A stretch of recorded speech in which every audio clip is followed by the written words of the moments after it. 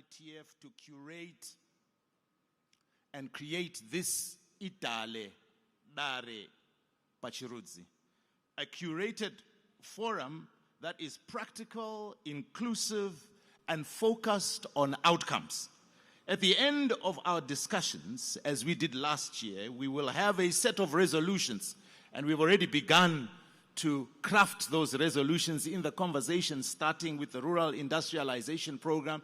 Yesterday we had the Youth in Business Forum, and at the end of each of these meetings, we have one or two, sometimes three, things that we want to carry forward into the year.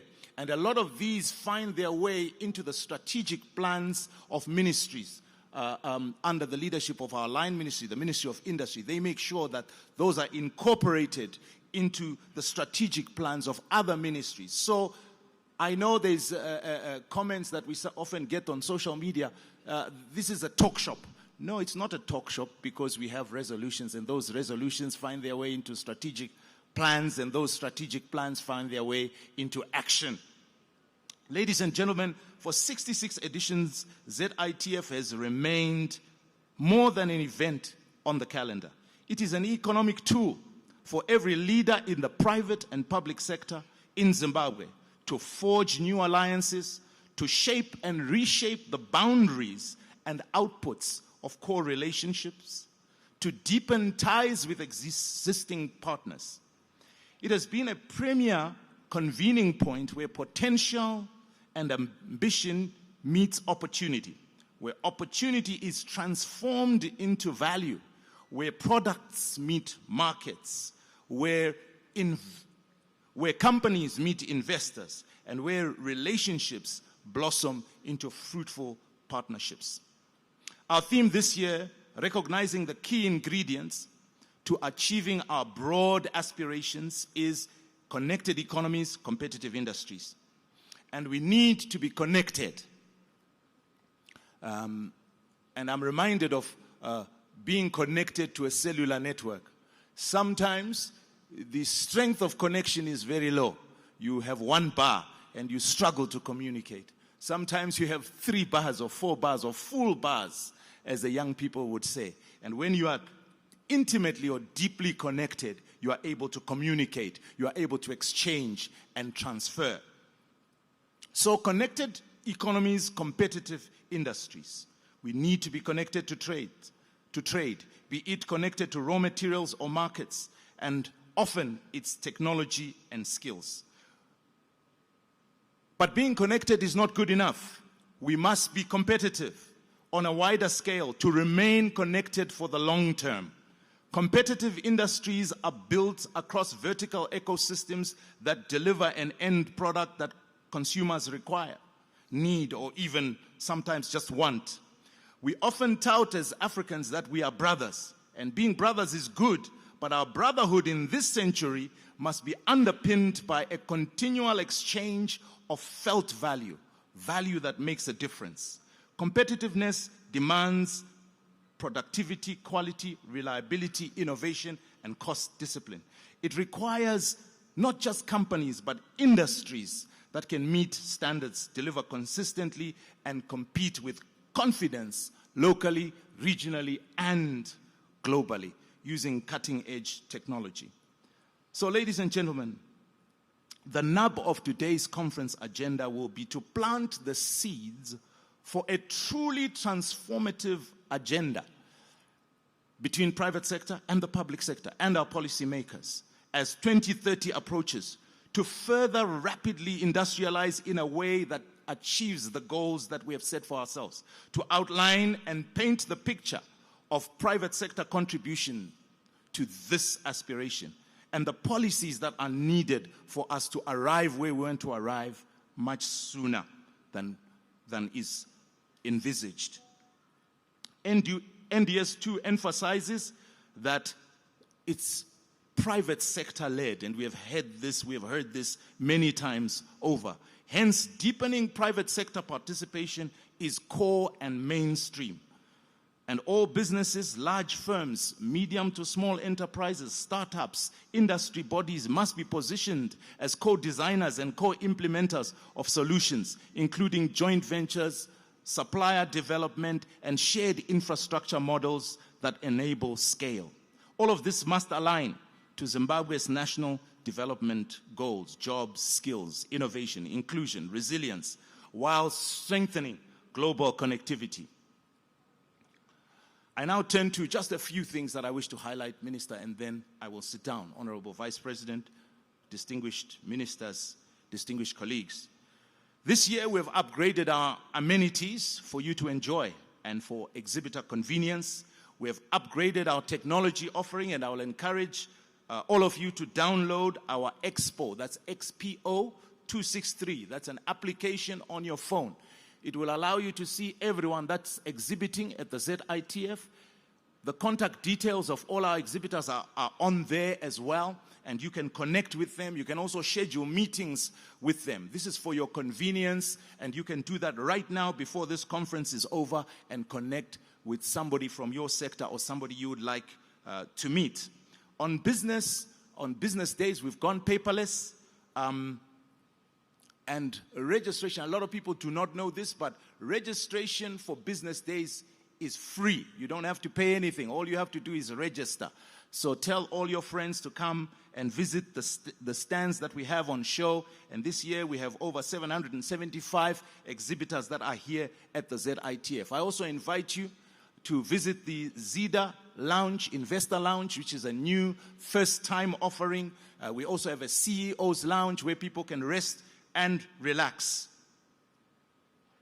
Do participate in as many activities and events as possible. A reminder of our golf charity challenge on Friday, a full 18 holes at the Bulawayo Country Club, and we've got some special players that will be present. I shall not divulge their names, but do be on the golf course on Friday if you can. Connect Africa Symposium on Friday, and of course our official opening on Thursday, where our patron, the President of the Republic of Zimbabwe, His Excellency, Dr. Emmerson Dambudzo Mnangagwa, and our guest of honor, the President of the Republic of Botswana, His Excellency Advocate Duma Gideon Boko from Botswana, will officially open the ZITF.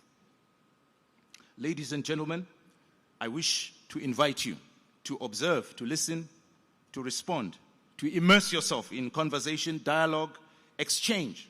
Knowing this, all our conversations will end up in a compendium of resolutions and that find themselves into strategic plans of MDAs after being shared by our line ministry.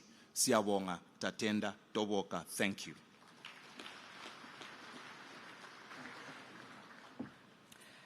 Thank you very much, Dr. Moyo, for setting the tone and, of course, highlighting the significance and importance of this platform. We have seen the Second Republic pushing the agenda of responsiveness and the whole of government and society approach, underpinned by the principles of leaving no one and no place behind, that nyika inovakwa nevenevayo, brick upon brick, stone upon stone, that Zimbabwe is a friend to all and an enemy to none, and that, of course, we are guided by the principles of sovereignty. And it is against that background that we are gathered here to promote that dialogue between government and the private sector.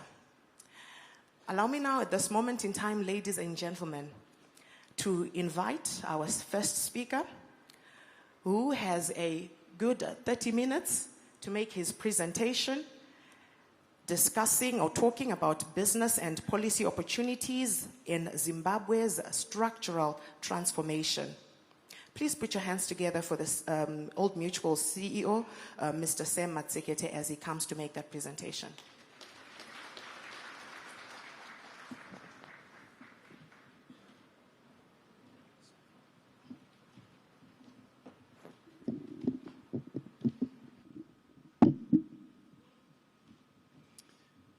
Honorable Vice President Dr. C.G. D.N. Chiwenga, may I recognize and respect your presence amongst us this morning, and also ask that I may ride on protocol already established for the other guests here, except I just need to respect my parent minister, Professor Mtuli Ngume.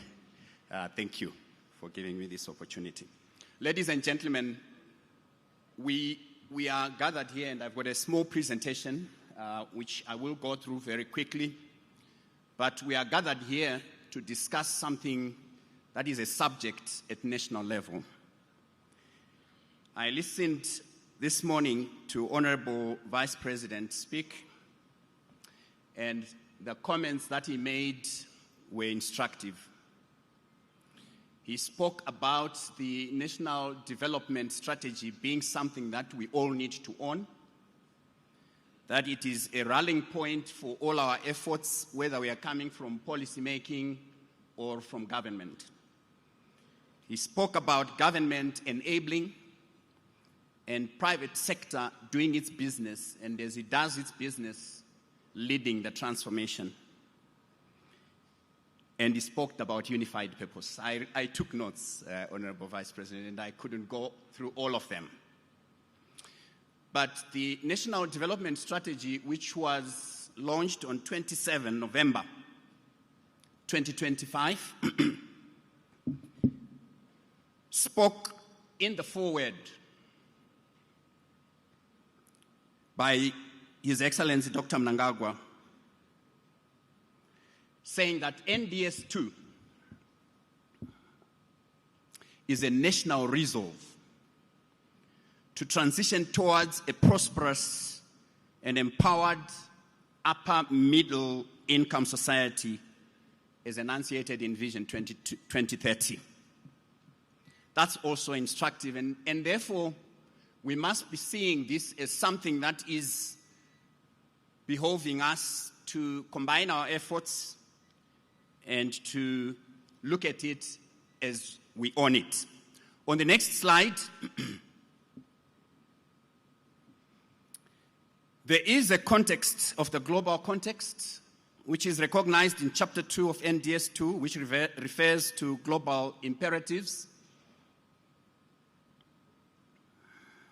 And we are firmly today in the 5th industrial revolution, which emphasizes human centricity and sustainability versus rapidly changing technology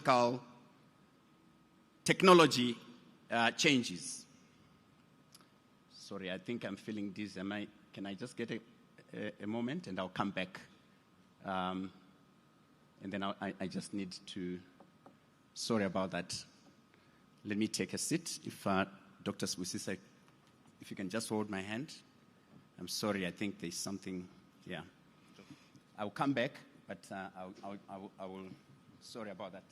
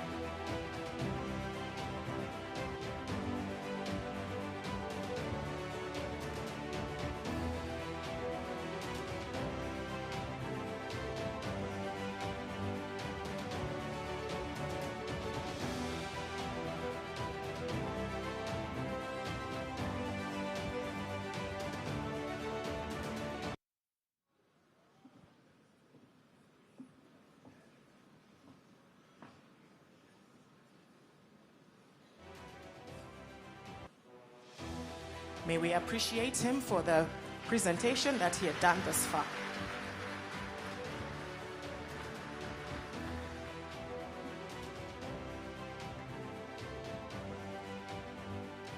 As we move on with our program, we are going to get a continuation on that presentation.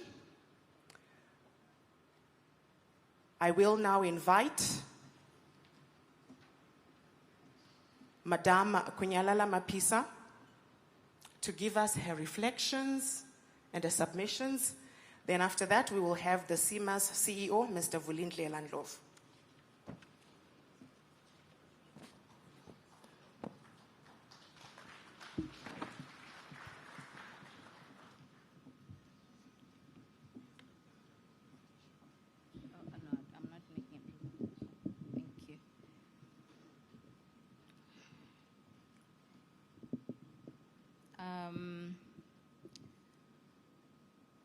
Please allow me to just collect myself for a second. I'm just concerned for our colleague. I think that took us a bit by surprise, but I understand that he'll be okay.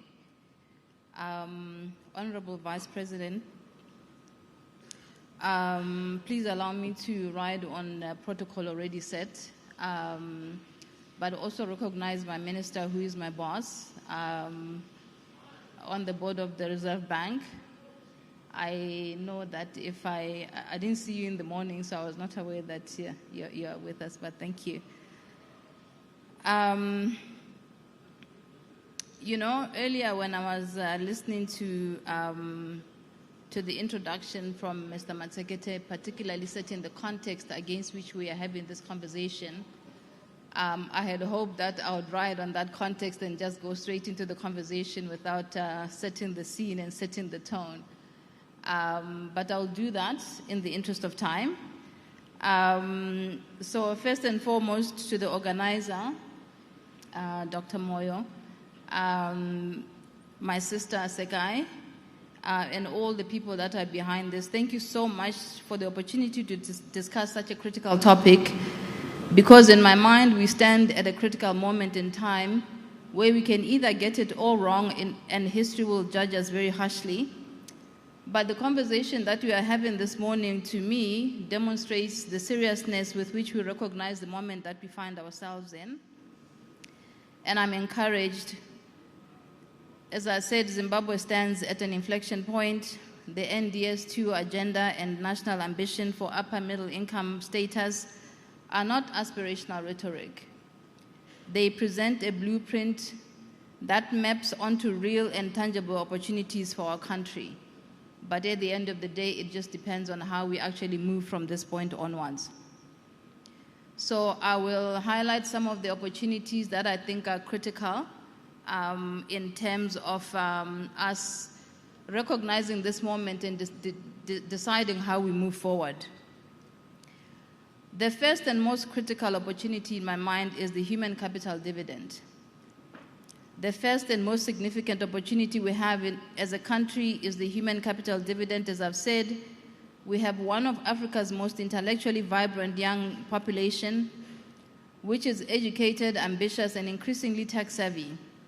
The advent of AI and large language models means generation is no longer restricted to solving Zimbabwean problems. They can serve the globe from Zimbabwean soil, which can encourage the setting of global industries locally.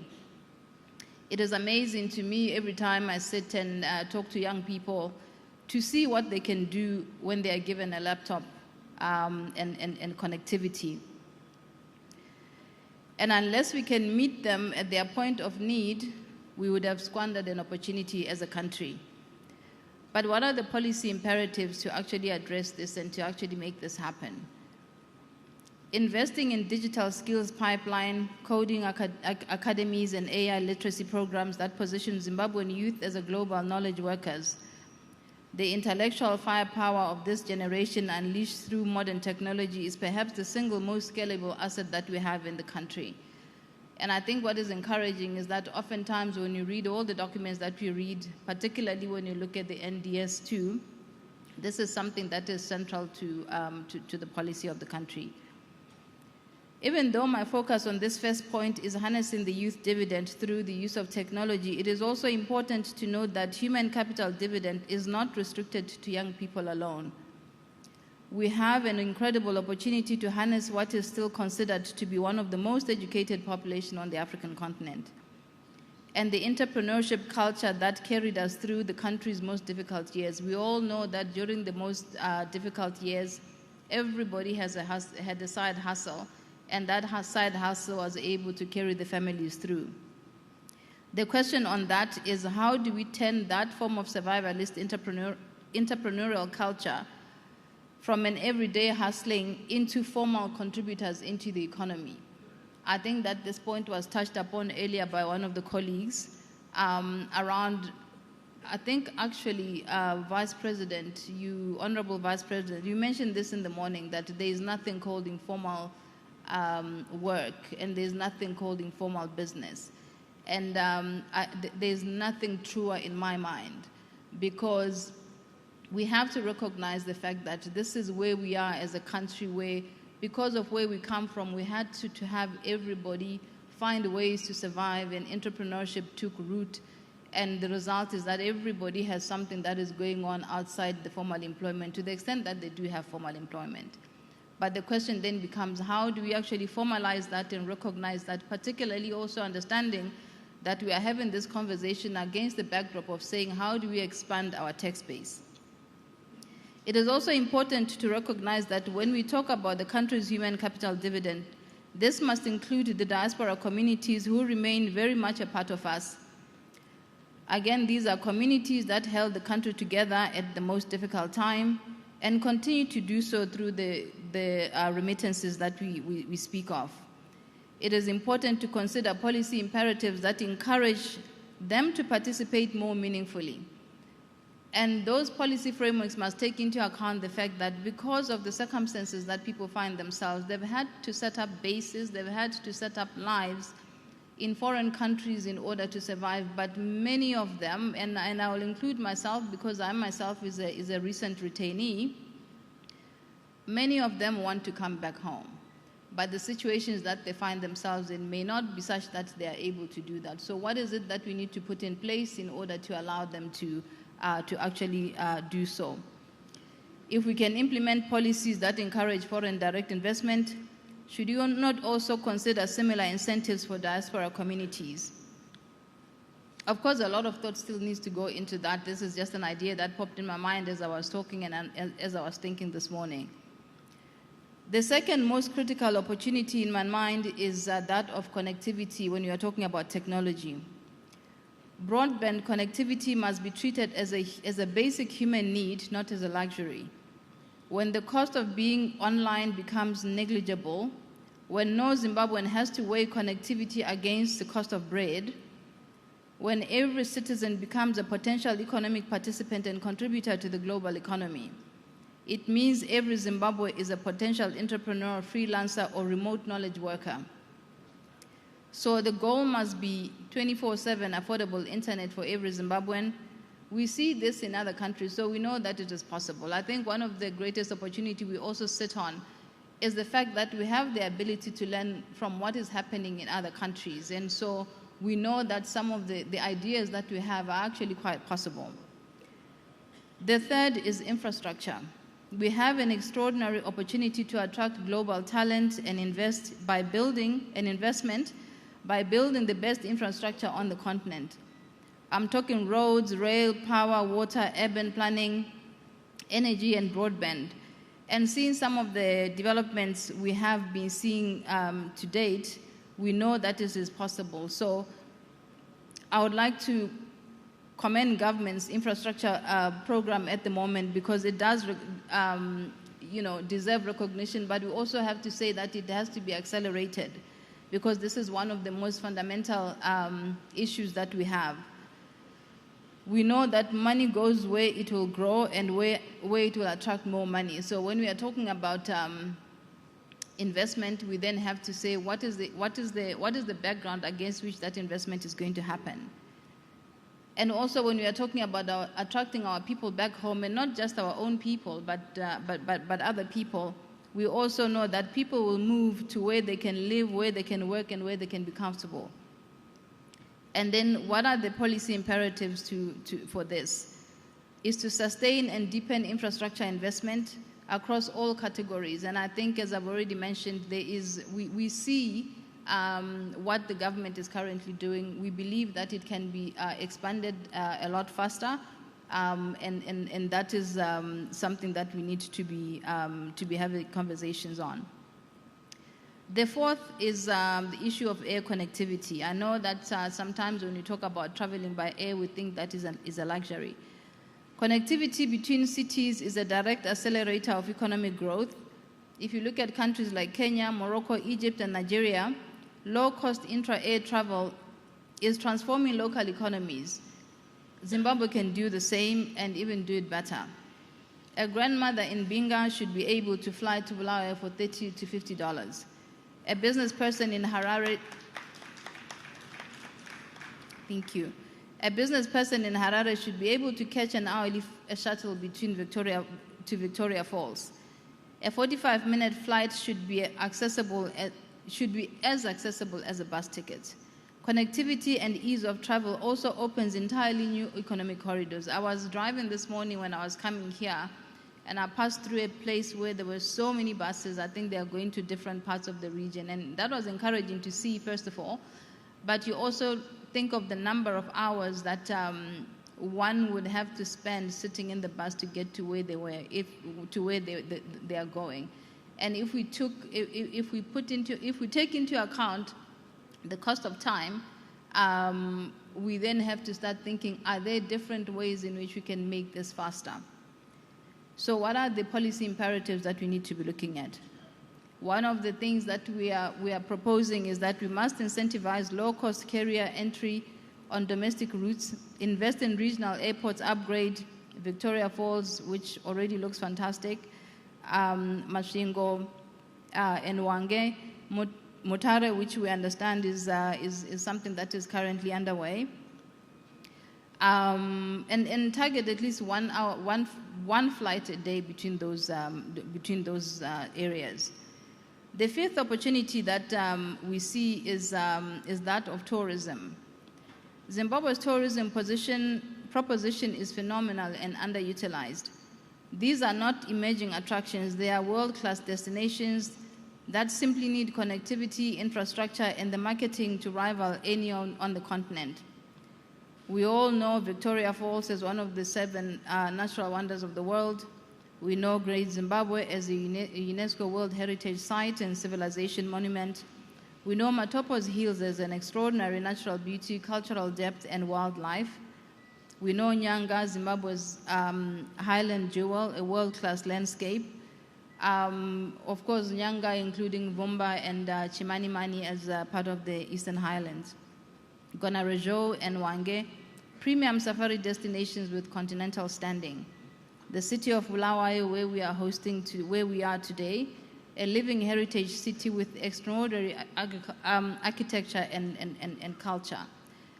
I think that we live at a time where sometimes when one is looking from outside, it would appear, particularly from a tourism perspective, that the rest of the world sees the opportunity that we have before we see the opportunity that we have in tourism.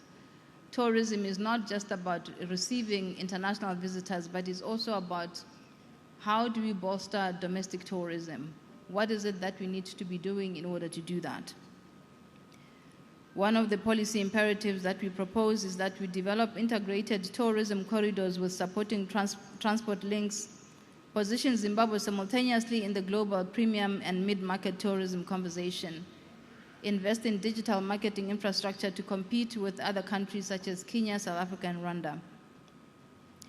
The sixth pillar is perhaps, or the sixth opportunity is perhaps what I would like to call the pillar of the economy, and this is agriculture, mining, and services. Zimbabwe's foundational sectors remain agriculture, mining, and services, and each sits at an inflection point that the NDS2 agenda is deliberately targeting, and we are thankful for that.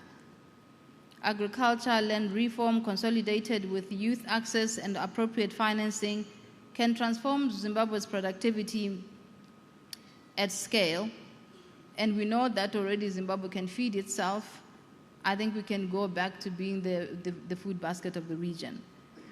In mining, gold, lithium, chrome, platinum groups, metals, position Zimbabwe and other metals, position Zimbabwe at the center of global energy transition and industrial demand cycle. I think we already know the conversations that government is having with regards to some of the issues around beneficiations, and that is really encouraging to see. And we know that with targeted interventions, we should be able to get them.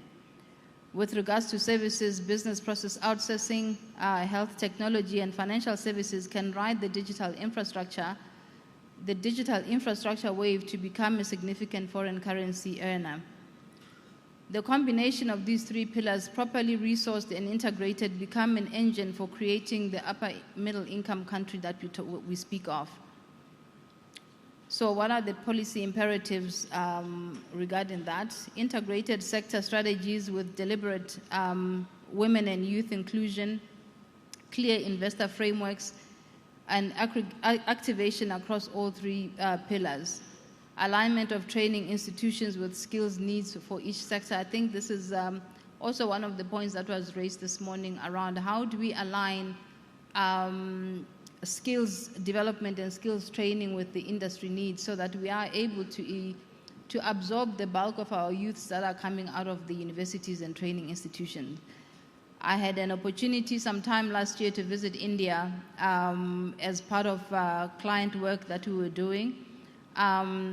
And to see just the alignment between industry and the universities, where industry actually is part of the curriculum setting within education institution. And that becomes critical because industry is in a position to be able to say, this is what, from a skills perspective, this is what we require.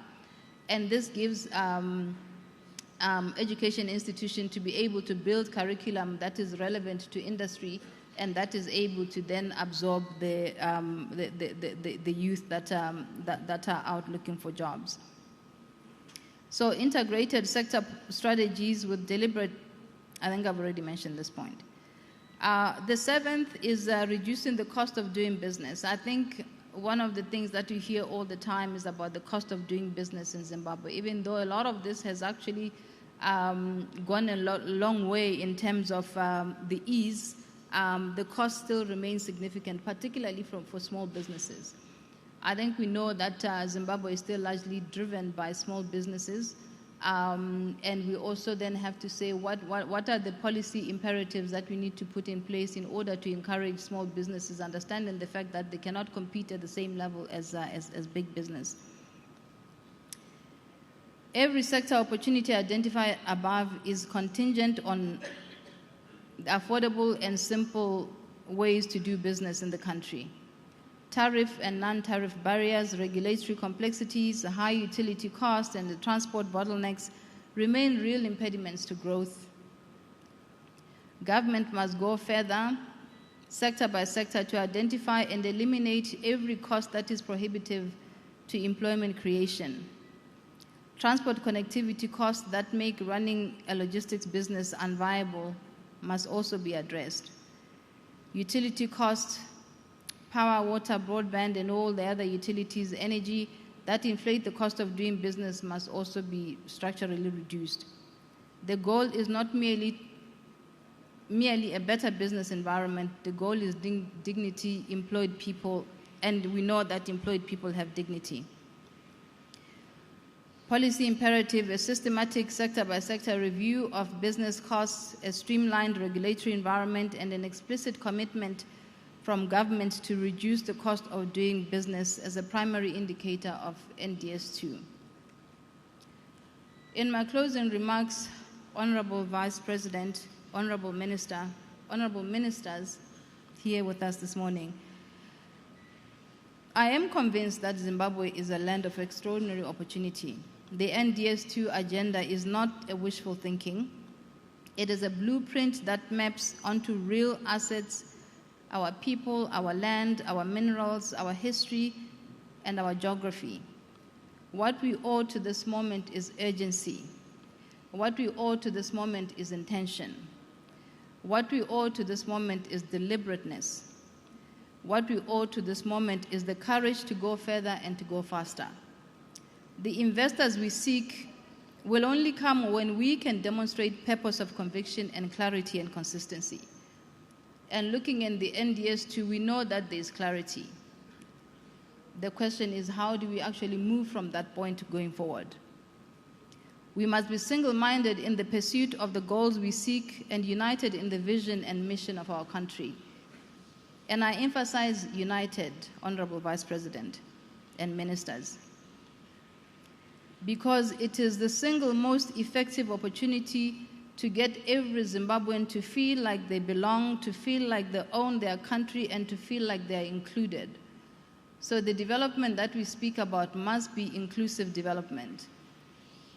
The development that we speak about must ensure that every Zimbabwean sings from the same page and they understand what their space is in the conversations that we are having, and they understand what the opportunity for them is in the conversations that we are having. Because if we can get the country to rally behind our efforts, we would have done half the work. On this last point, it is not about policy imperatives, but it is how we act every day, what we do and how we do it. It is how we lead and the language we use in the conversations that we have.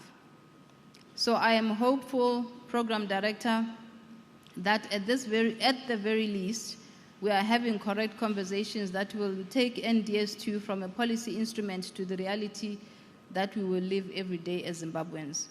So for me, the last question is not whether Zimbabwe can achieve upper middle income status. The question is how fast do we choose to move? Thank you very much.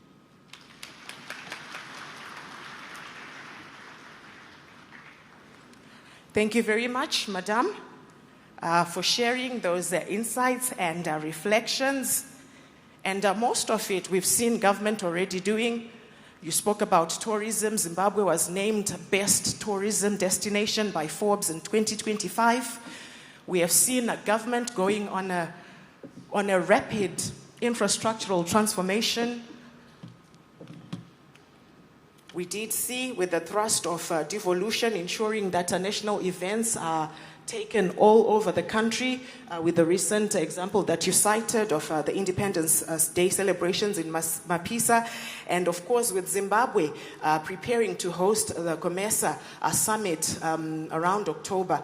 Government of course has promised that we will see more infrastructural upgrades. There have been concerns though around the infrastructural models, financing models rather, that government is undertaking, and I'm sure these are some of the deliberations that we will hear throughout the course of the day.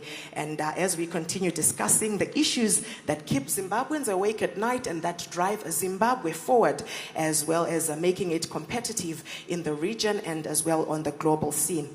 Allow me now to invite the CMAS Group CEO to give us his reflections. Please put your hands together as he comes forward.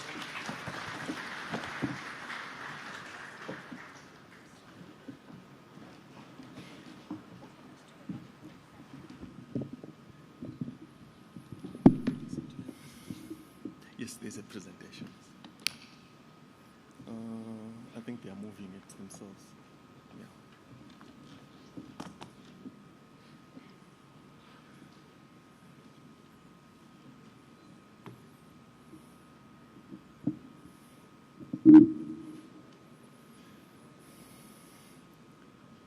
Honorable Vice President, Honorable Ministers, Captains of Industry, policy leaders, distinguished guests, ladies and gentlemen, allow me to write on the protocols already established. Good morning. It is an honor to give these remarks this morning at this gathering, at a moment when Zimbabwe is not merely asking how to grow, but how to transform. Structural transformation is, at its core, about deliberate choices, where we prioritize policy, where we deploy capital, where we build skills, and how we align partnerships to turn growth into lasting national progress. Across the world, and necessarily and increasingly here at home, successful transformation has rested on a few foundational sectors. And there may be more, but I focus on these because I think I see them as low-hanging fruit. Education, agriculture, tourism, and health. And the previous speaker has touched quite a bit on pretty much all of them. Why are these foundational sectors? They are the sectors that shape human capability, productivity, and our confidence. today I want to focus on health because healthcare is not peripheral to Zimbabwe's transformational agenda. It is one of its most powerful enablers. Too often, healthcare is framed as a social service, something to be funded once growth has occurred. Yet evidence, both global and local, tells us the opposite. Health is not only a moral imperative, it is productive capital. It is what makes growth possible in the first place. If I could have the previous slide. So here we're looking at these sectors, but I wanted you to note certain things. First, on the right, upper right corner there, is a young lady called Tariro Makaso. I'll come back to her. Then down here, that's tourism, which the previous speaker spoke to. Again, in glasses there is a man called Hillary. I'll talk briefly about him because I think it's important that I illustrate why I'm saying what I'm saying. And I encourage us to actually take the credit for a lot of the good work that is happening. On the economic front, there is progress worth acknowledging. The IMF estimates that Zimbabwe's economy grew by 7.5% in 2025. More than our own estimates and outperforming much of the region. So it seems we never thought much of ourselves, but there we are, 7.5%. Growth has been supported by a rebound in agriculture after the 2024 El Nino disruptions, improved mining output, stronger commodity prices, and better revenue administration. Consistent monetary policy as well. The approval of a staff-monitored program has also provided Zimbabwe with its most credible external anchor in 2 decades. While growth may moderate, the direction is clear. In a very difficult global environment, Zimbabwe is moving forward. And that matters for our confidence, for our planning, and for our investment. At the same time, we sit within a continent whose demographics will define this century. Africa is young, Africa is growing, and people are living longer, including people in Africa. You know, in our own country, the life expectancy improved from 42 years, you know, in 2001. And we're approaching the 60s now. That is commendable, you know. Coming back to Africa, by 2050, the over 60 population will have tripled. And by the end of this century, that is 2100, 2 in every 5 people globally, that is around 4 billion, will be African. Yeah? We may even say past Asia, which is coming down. They probably will be hanging around 4 billion for a while, but they are coming down. Ladies and gentlemen, this changes the economics of everything. The skills, the labor markets, the health system, the public finance, you know, our own economic growth, our own consumption. It's all changed because of this growth. With that continental context, I come to regional. Regional integration becomes a strategic imperative. SADC already represents 26% of Africa's population, and that's approximately 380 million people today. To put that into context, the USA has got 340 million people. And that SADC population is projected to increase to 600 million by 2050 and nearly 900 million by the end of the century, almost 1 billion. That is our market within our reach. Therefore, I'm saying a more integrated SADC through aligned infrastructure planning, through harmonized regulation, through skills mobility, through coordinated social development, would materially expand markets. It would reduce duplication and improve returns on public and private investment. Even when we negotiate economic partnership agreements or trade agreements, one of us versus 380 million people, I don't know how that works, but I think we'll achieve more as a unit. And SADC had a very good foundation because it came at the back of the frontline states that supported our independence. Therefore, political integration is already there. We just need to grow the economic integration. We just need to grow how our countries work together.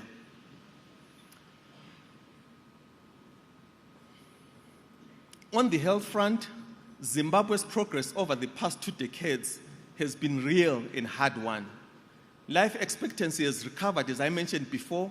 Maternal and child survival improved significantly. You can see those graphs. Success brings new pressures, though. As people live longer, incomes rise. Demand for healthcare increases, and disease patterns shift towards chronic conditions. That's your NCDs, your blood pressures, your diabetes, and the cancers. Unfortunately, at the same time, over 90% of Zimbabweans remain uninsured. And this does have clear consequences for households, for productivity, and for the fiscus. Ladies and gentlemen, if healthcare is to support Zimbabwe's structural transformation, then how do we organize and finance and align the health system? How we organize it, how we finance it and align is no longer a social question alone. It is a macroeconomic and development question. And that brings me to zero in on some of the healthcare imperatives we must now address. Several structural realities make the moment before us, I think, fairly urgent, but each is also a real opportunity. First, access and coverage remain deeply uneven. I mentioned over 90% of Zimbabweans have no health insurance, and coverage is declining and has declined since 2015. In regional terms, Zimbabwe is an outlier, and that gap carries a direct economic cost. Second, out-of-pocket spending continues to suppress household demand. Many families incur what the World Bank classifies as catastrophic health expenditure, spending a large amount, so large that it forces them to trade-offs with food, with school fees, and basic consumptions. When households withdraw from the consumer economy, productivity weakens and growth suffers. And these are not simple health sector issues. They are economic issues that we need to deal with, and they sit in the path of our movement towards an upper middle income direction. The good thing is that government has already demonstrated awareness of both the risks and the opportunities. The sugar content tax, well, in industry, yes, we came up and put up contraposition, not really contraposition, but, begged for maybe a different calculation basis. But we think these are innovations. So this has been ring-fenced for cancer diagnosis and treatment. And to us, it's an example of innovative domestic health financing. I think the minister deserves some applause for that. The advancement of the national health insurance is also another direction that government is pushing that I think will help us very soon. Universal health coverage is not only a social imperative, it is an economic one. But it will only succeed if it is built with the private sector, not around it, but together as partners, engaging each other. And the good thing is our parent ministry is engaging us on this, and we think we like the direction. Zimbabwe currently operates a binary system or a dual system with an overburdened public sector and a private sector that serves those who can afford it. you know? And yet health is an equalizer. So the issue of health equity we should never take lightly. And we saw during COVID, it didn't matter at that point when you needed a bed, whether it was in a public facility or private, you needed a bed. And so it should be with health. It should not be because I've got more money, therefore I must have access to the health, I've got income.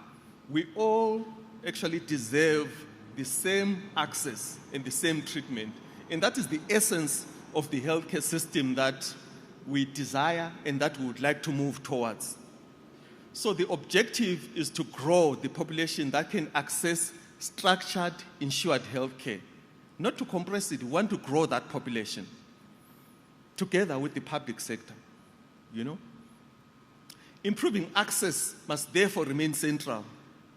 As insurance coverage expands, people start seeking care earlier, and they start using preventive services, and it reduces catastrophic spending and creates more predictable revenue flows for providers. Sometimes you hear about, I do not call them conflicts, but maybe some engagements between providers and payers. These are the problems we must solve by increasing coverage, by making sure that we've got more money available for our health, by making sure that not just looking for the fiscus, that as a population we're investing in our health. And this will stabilize the entire system. And you stabilize the whole system, this is where prevention and primary health care become critical. The old model where you wait for illness and then you pay heavily at the end because Gogo is now ill, that is an old model. The smarter model intervenes earlier. Screening, wellness, behavior change, and strong primary care. And the good thing in this country, even post-1980, the primary care network has been always very strong. You know, you go to the rural clinics, you find a clinic. You know, that is what we need to strengthen. And this new model has got higher returns, both financial and social. But let's understand that in the waters that we're navigating, one principle matters above all: patient-centered policy. Patient-centered policy. When policy is designed from the patient backwards, not from the silos, not from our organizations, not from our institutions, but focusing on the patient, not from the transactions we are doing, the system becomes more trusted because we're now focusing on the patient. It becomes more efficient, it becomes more sustainable, and incentives align. Waste reduces. Most importantly, health outcomes matter again. We know that you go into hospital, you'll be cured of what needs to be attended to, you know? This is the logic that underpins value-based healthcare. Value-based healthcare is not about cost containment. It is a patient-centered operating model that rewards better outcomes. It rewards continuity of care.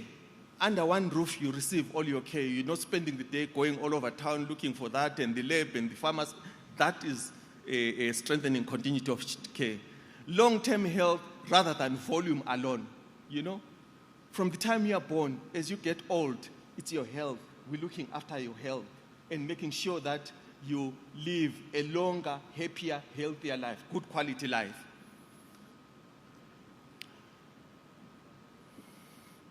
Better prevention. You know, in a resource-constrained environment, there's always constraints of resources. There's limited fiscal space. Value matters. We want better prevention. We want earlier diagnosis. We want smarter use of infrastructure and more efficient deployment of skills. This is no longer optional. These are strategic necessities. The global evidence supports this direction. WHO estimates that scaling up primary health care could save tens of millions of lives. And I said in Zimbabwe we're lucky because we do have a good network of primary health care. It can extend life expectancy and it can deliver the majority of health gains linked to sustainable development goals. To enable this model to work, Zimbabwe needs 3 additional enablers. First, skills. A modern health system depends on the right skills, deployed flexibility supported by continuous training, aligned with evolving disease patterns, something which we've done very well. I think we now have about 5 universities that are training doctors in this country. Specialists alone have increased from, I think, maybe about 600 10 years ago to almost 800 now, and a lot of them super specialists. So we're doing well in the development of skills. Secondly, infrastructure. Not simple more buildings, but smarter, well-distributed facilities, properly equipped, digitally connected, and matched to a real population need. Third, partnership and technology. As access improves, demand will rise. Therefore, Zimbabwe needs a 2-tier health system where public and private sectors strengthen each other. I've already said that. But technology and data will be the game changer. Integrated digital ecosystems that improve care continuity, that reduce duplication, support planning, shift appropriate care from hospitals to home. Long-term advantage will not lie in isolated tools or the same system we had 20 years ago, let's build more clinics, let's build more hospitals, but it lies in integrated, data-driven health systems. And I know that some of our organizations are already building these backbones that will take us forward.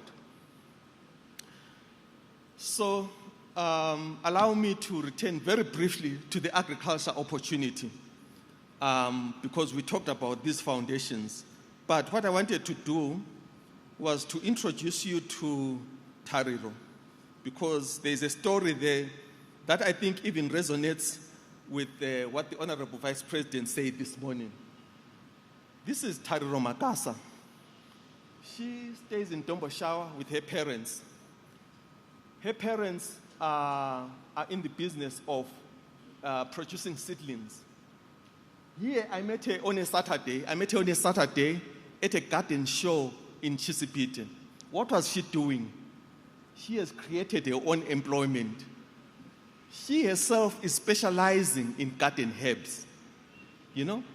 Created her own employment, this young lady.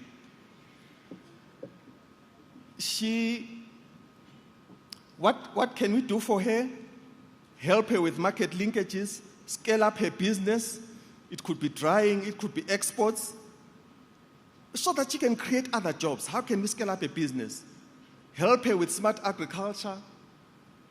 She will be able to afford her own health plan. You know? Doesn't need to drain on the fiscus. But more importantly, she will contribute to the fiscus because we can upgrade her to a business that can contribute to a tax. We need to mentor her to run a business with integrity, to be a fair employer, to be socially responsible. There are many like her. I just took her as an example to demonstrate the good thing that we have in our midst. Young people taking up these professions, carpenters, leaving university to take up real professions and changing our economy. The diaspora coming to take up agriculture, a lot of them.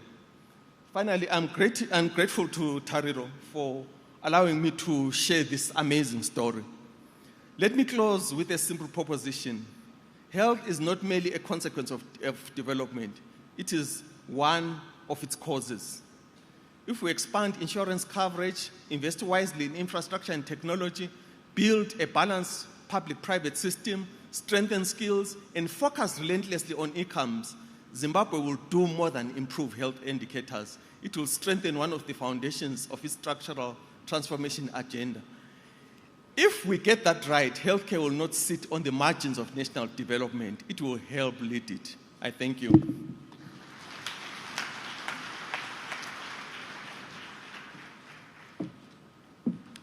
Another round of applause for Mr. Ndlovu.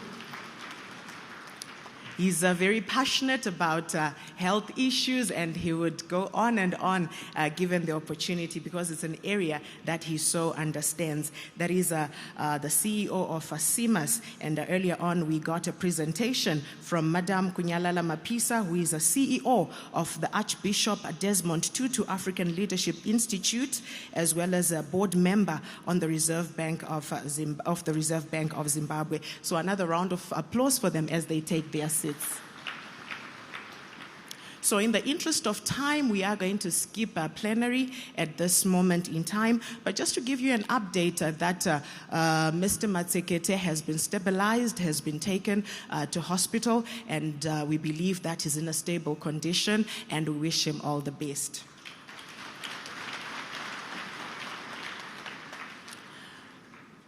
Now, allow me to acknowledge and thank our sponsors who have made the International Business Conference possible.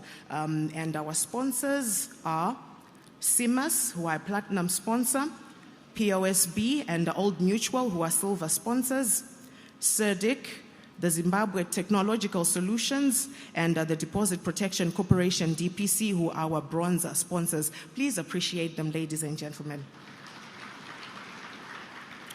For our next session, I will now invite up front to join Dr. Moyo. Mr. Ndlovu and Madam, you can take your seats. Dr. Moyo, I'll ask you to stay on stage. Thank you. So I will now ask to come up front and join the Zitf company board chairman on the stage, the NECF co-chair, Mr. Katsande,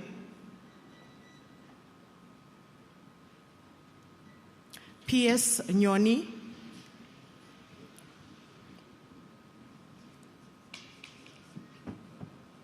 the Honorable Minister of Finance and Economic Development, Honorable Mtuli Ngube,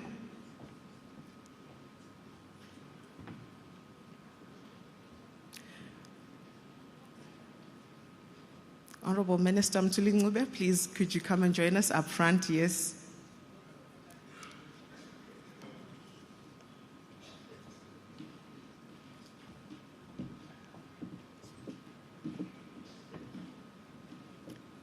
And the Honorable Minister of Industry and Commerce, Honorable Ndlovu.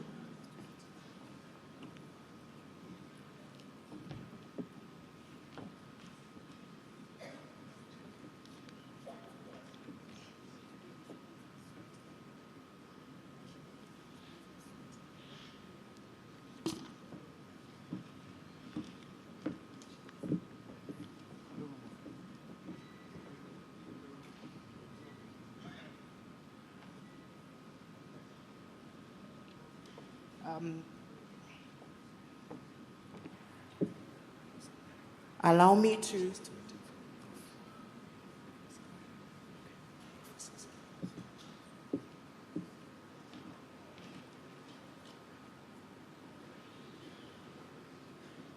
all right, allow me to honor our ministers here present, and to let our Honorable Vice President know the ministers who are here.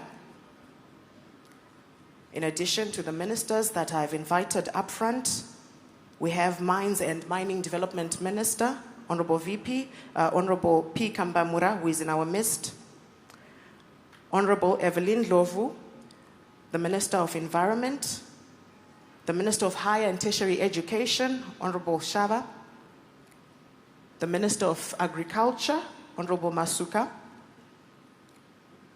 the Minister of Public Service, Labor and Social Welfare, Honorable Edgar Moyo, the Minister of State for Manicaland, Provincial and Devolution, Advocate Mugadza, the Honorable Minister of State for Provincial Affairs for Marsh East and Devolution, Honorable Ndudzo,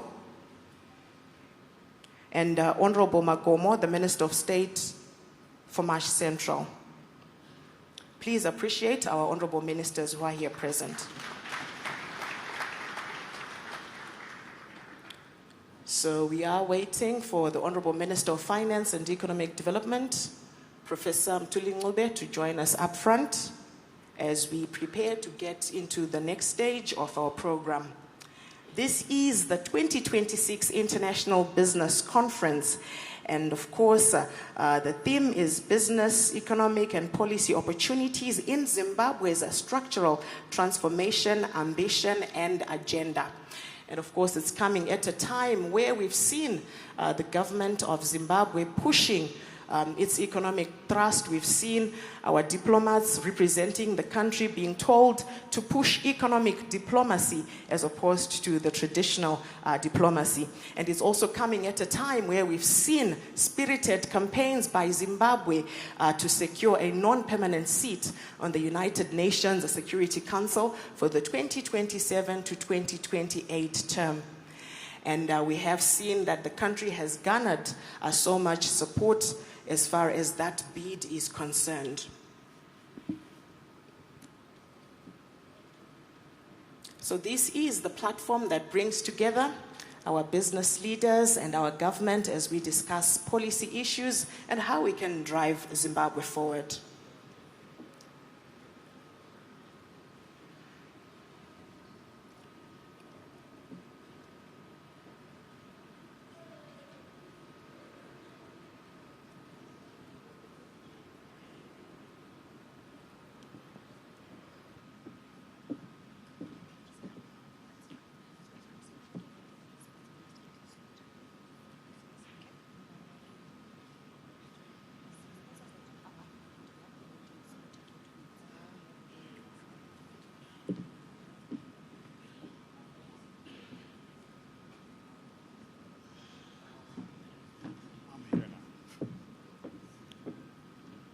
Thank you very much. I was going to invite our sponsor, CIMAS, to come and get 2 minutes of their sponsor slot. I think we'll give them time to do that as our ministers settle down up front. Please put your hands together for our sponsor, CIMAS.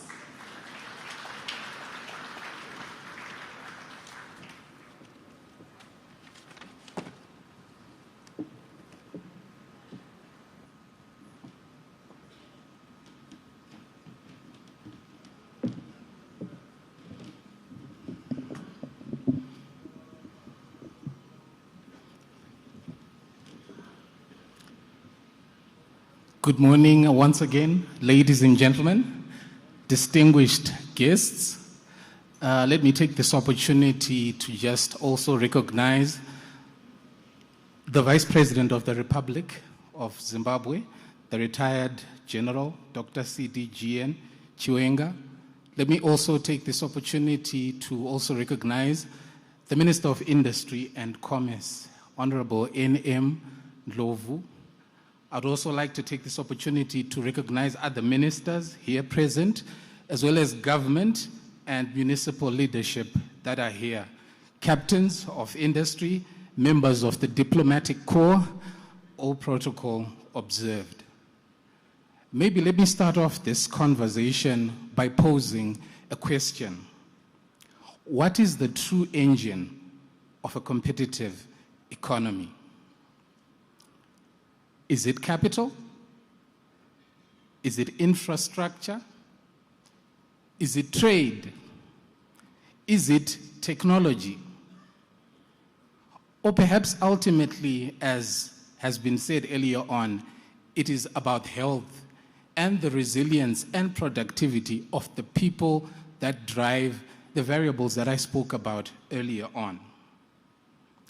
At the CIMAS Health Group, that question sits at the heart and center of what we do and how we've been serving Zimbabweans for 8 whole decades. Our foundation is strong. We were established in 1945, and we are the largest private medical aid society in the country. And not only that, we are the 2nd oldest medical aid in place, and we've been in existence for the past 80 years. Our ecosystem is also broad. We are present in 11 disciplines, including general practice, pharmacy, optometry, dental, as well as dialysis. Our footprint is also significant, and we've got 54 operating units countrywide in 17 locations, and we're supported by 17 sub-brands. Yet, beyond our scale, our reach, and our purpose is very simple, and that is to inspire healthier communities. And entrenching this purpose is our philosophy that at the center of everything that we do is putting the patient first. Ladies and gentlemen, I subscribe to the name Manatsa Gaka, and I'm Chief Marketing Officer of the CMAS Health Group. And we are indeed thrilled and excited to be a platinum sponsor of the ZITF International Business Conference. When we speak about building industries, markets, and institutions, we must also speak about the people that power them. And I was excited by what was being said by Ms. Kunyalala earlier on when she spoke about the human capital dividend. This is something at the heart and center of what we believe in as part of the CMAS Health Group. So our value proposition as the CMAS Health Group is two-pronged. We focus on innovation as well as wellness.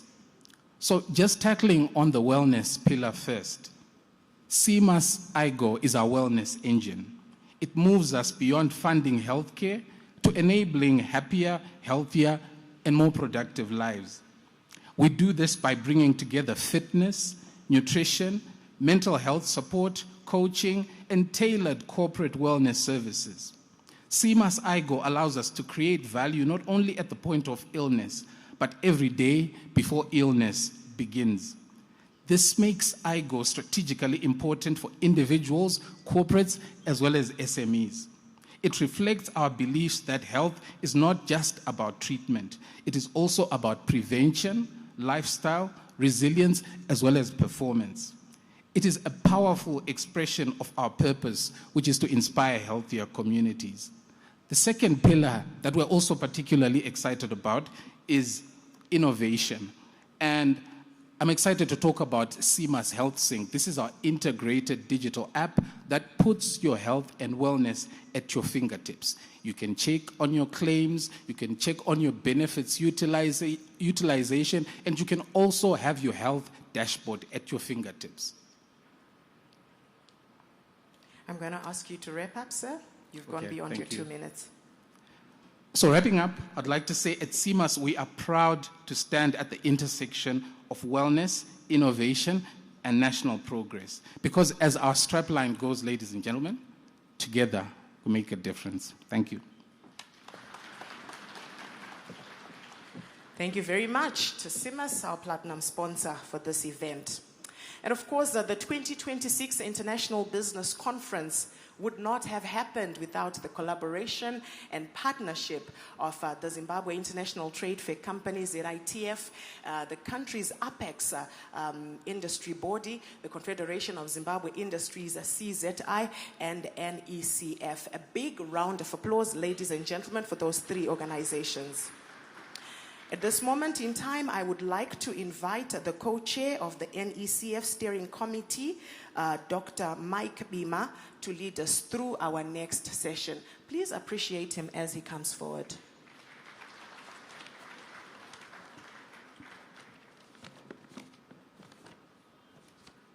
Ndi elder kava bomberere moko zvakanaka vachiuya.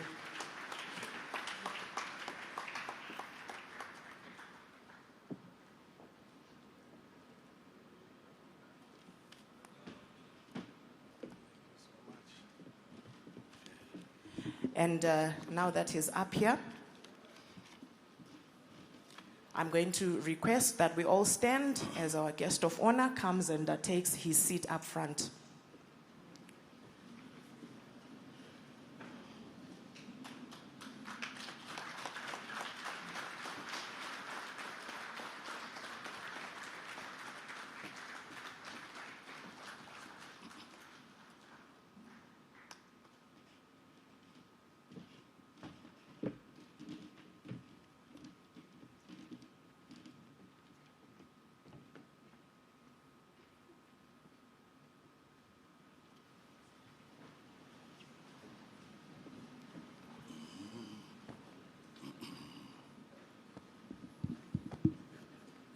Salvonani lonke. Linjan. Ngiyabonga. Thank you. Thank you very much. The Vice President of the Republic of Zimbabwe, Honorable General Retired Dr. C.G.D.N. Chiwenga, the Minister of Industry and Commerce, Honorable M.N. Ndlovu, other honorable ministers and deputy ministers here present, captains of Industry and Commerce, senior government officials, members of the diplomatic corps, all protocols observed. The 2026 edition of the IBC is being held under the theme Connected Economies, Competitive Industries. At its heart, this theme is about two things: working better together and doing better as an economy. The discussions held this morning at a breakfast meeting clearly highlighted both the opportunities and constraints within our economic landscape, particularly in areas such as energy, infrastructure, industrial revival, and access to finance. What remains critical now is the translation of these discussions into actionable policy interventions and bankable investment opportunities. This conference, therefore, provides a strategic platform to move from dialogue to implementation, from policy to impact, and from opportunities to tangible investments. My job is very simple. If it was a company with a pay structure, I would be at a minimum wage, because the task is very simple and easy to execute. It is my honor and privilege to invite the Honorable Minister of Industry and Commerce to deliver his remarks and introduce our guest of honor. Honorable Minister, over to you. Thank you.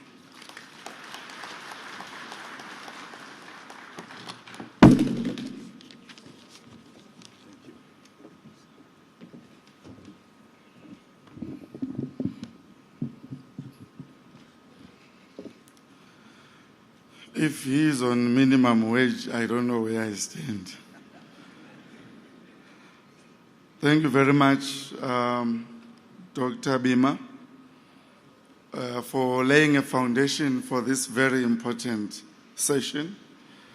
I want to recognize our guest of honor, whom I shall introduce at the end of my address.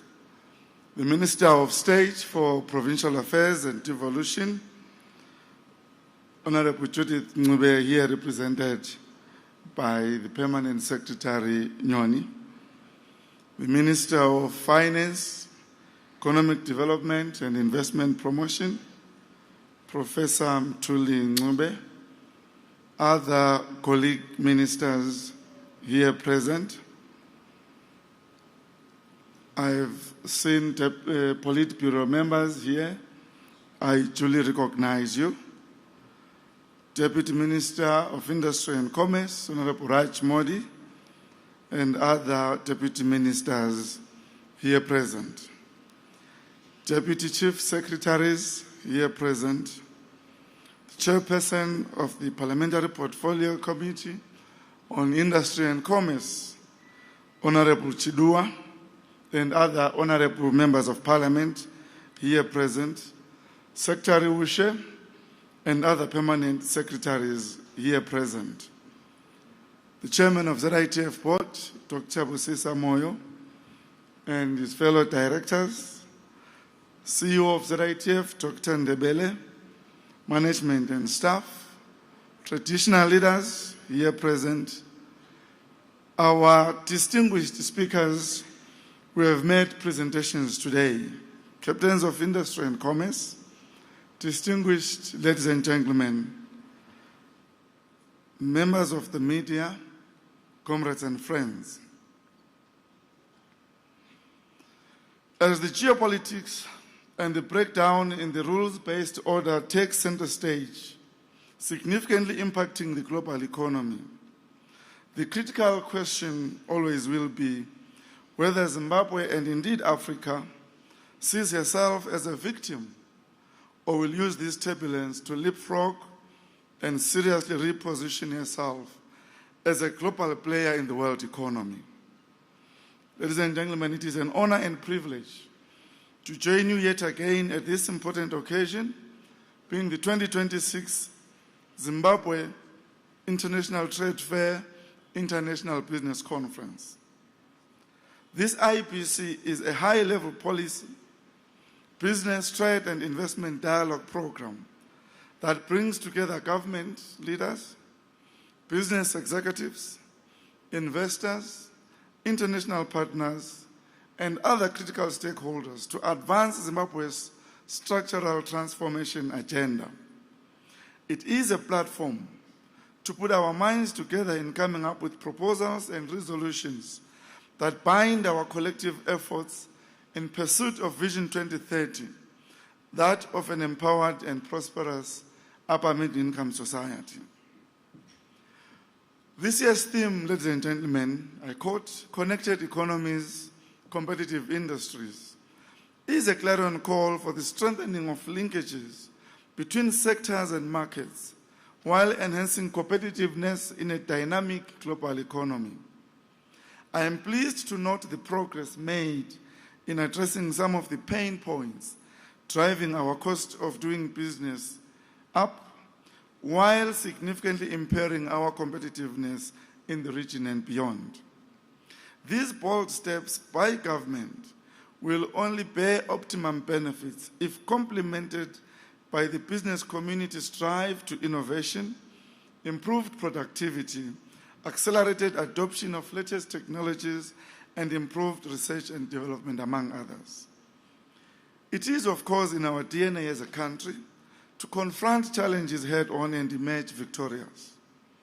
The TSP and NDS-1 delivered a stable macroeconomic environment, strong primary production in agriculture and in mining, stability in the supply of power and energy, and greater uptake of our primary products into domestic value addition and beneficiation, to mention just but a few key milestones. Honorable Guest of Honor, sir, it is my view that the signal to draw from the current geopolitical turbulence as we begin the implementation of NDS-2 is that we should accelerate the consolidation of the progress we have made so far to meet the increased level of ambition in our projections with real and decisive action and not just talk.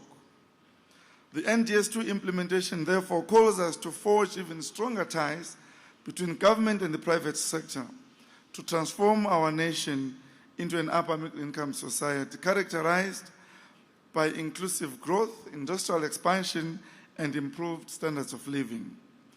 This conference focuses on business and policy opportunities that support this ambition.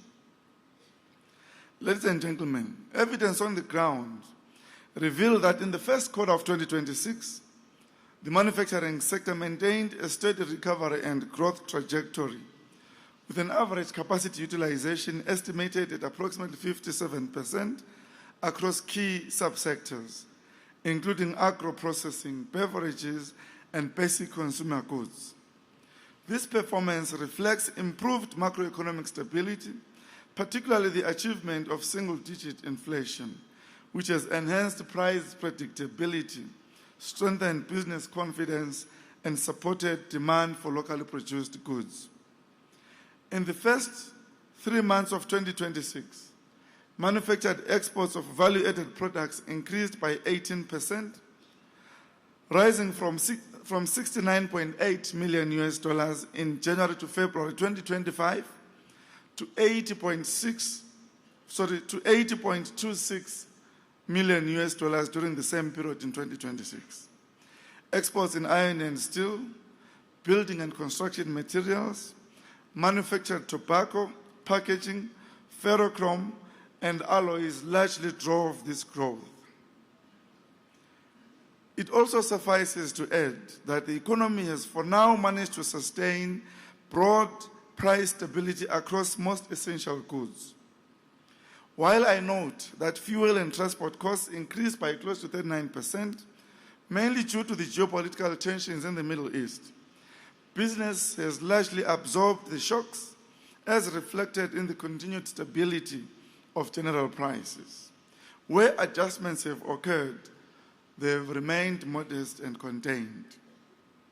The evolving global dynamics present an opportunity to accelerate industrial transformation, underscoring the urgency of advancing energy self-sufficiency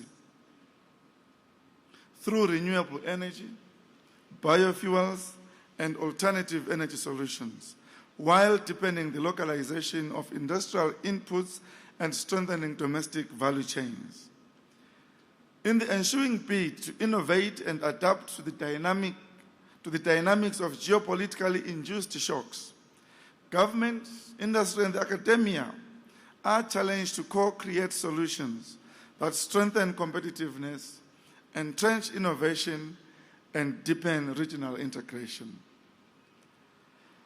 Distinguished guests, our Zimbabwe National Industrial Development Policy 2, which was recently approved by Cabinet and soon to be launched, primarily focuses on accelerating agro-processing, driven by strong backward and forward linkages, while the mineral value addition, beneficiation, and industrialization is equally poised to take center stage. And this transformation is being championed by our guest of honor today. As a ministry, we are collaborating closely with the ministries of Mines, of Agriculture, of Energy, and all key ministries in the economic cluster to drive economic growth and create sustainable jobs. Zimbabwe stands at a pivotal moment. The foundation for growth has been laid, fairly robust policies are in place, and opportunities are abundant.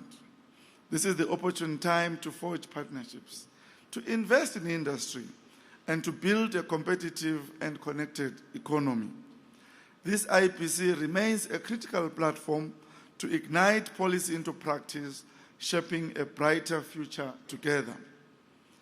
Allow me, distinguished guests, at this juncture, to proceed to my most important assignment of the day, which is to introduce our guest of honor.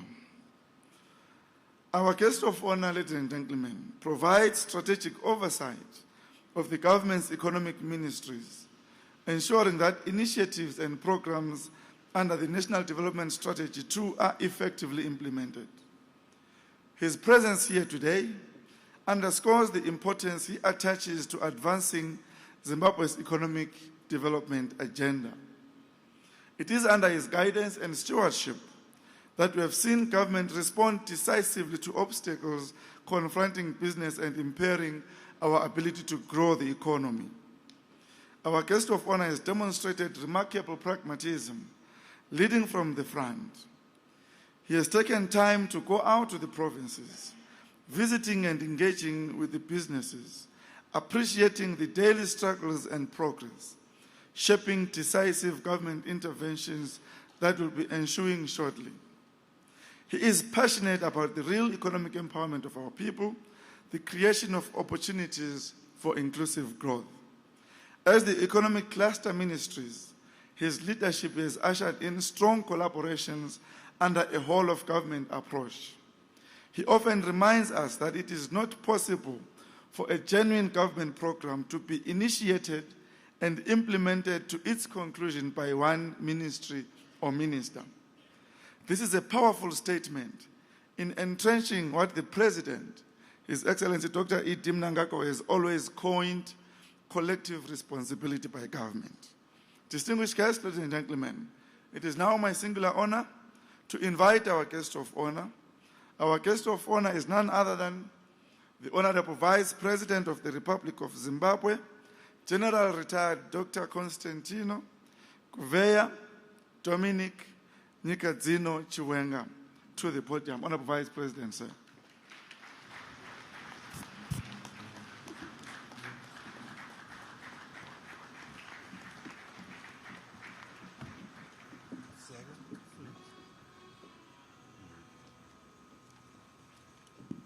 Pray, be seated.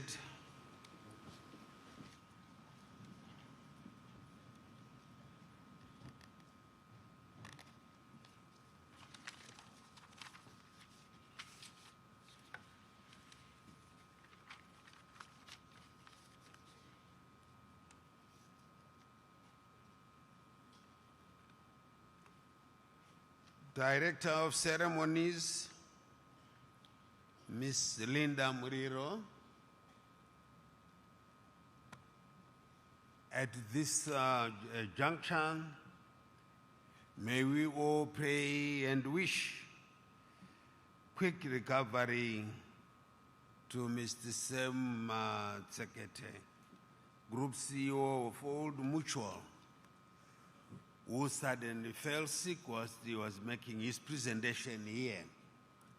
We wish him quick recovery at Mater Dei Hospital and that he will be able to join us as we proceed with this conference and the trade fair.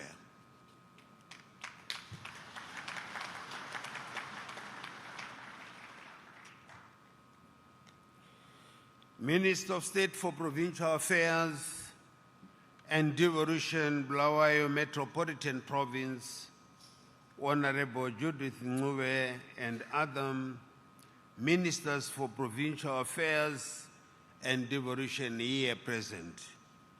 Minister Judith is being represented by Permanent Secretary Mr. Paul Nyoni. Minister of Industry and Commerce, Honorable Mangaliso Ndobu. Minister of Finance and Economic Development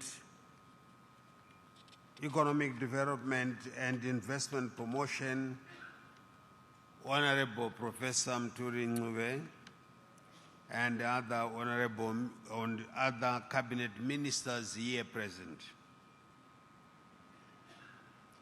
Deputy Minister of Industry and Commerce, Honorable Raj Modi, and other deputy ministers here present.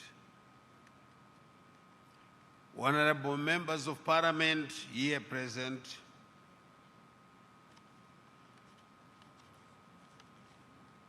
The Chief Secretary to the President and Cabinet, Dr. Martin Ushwaya, as represented by Engineer Malawa. National Economic Consultative Forum Steering Committee Co-Chairperson, Dr. Mike Beamer. NCF National Co-Chairperson, Mr. Kumbirai Katsande. Secretary for Industry and Commerce, Dr. Thomas Utete Ushe. ZITF Board Chairperson, Dr. Busisa Moyo. The Mayor of the City of Bulawayo, His Worship Councillor David Coltart. Mayors of other cities and municipalities and traditional chiefs here present. Acting Executive Secretary for NCF, Mr. Mutize Muzite. ZITF Chief Executive Officer, Dr. Nick Ndebele. Captains of Industry and Commerce, members of the Diplomatic Corps, distinguished participants, ladies and gentlemen, and members of the Fourth Estate. Good morning to you all. It is an honor to address this distinguished gathering at the 2026 International Business Conference. I commend the National Economic Consultative Forum and the Zimbabwe International Trade Fair Company for convening yet another important platform that brings together government, business leaders, investors, and development partners to shape practical pathways for economic growth and industrial transformation. The theme of this year's conference, Connected Economies, Competitive Industries, is timely and strategic. It reflects the realities of a rapidly changing global economy in which competitiveness, innovation, resilience, and collaboration have become the key detriments of national success. Nations that adapt quickly build productive industries are poised to steer the fourth industrial revolution. As history reflects, Africa, including Zimbabwe, did not fully participate in the benefits of the first three industrial revolutions. The legacy of colonial extraction and structural exclusion constrained the continent's chance, not merely to catch up, but to lead, driven by technology, investing in skills, promoting research and innovation, building competitive industries, and advanced production systems. As we engage today, we must recognize that we are actively shaping the architecture of a modern, industrialized, and globally competitive Zimbabwean economy to lead Africa in the fourth industrial revolution. Ladies and gentlemen, Zimbabwe is pursuing this agenda through deliberate reforms and clear policy direction.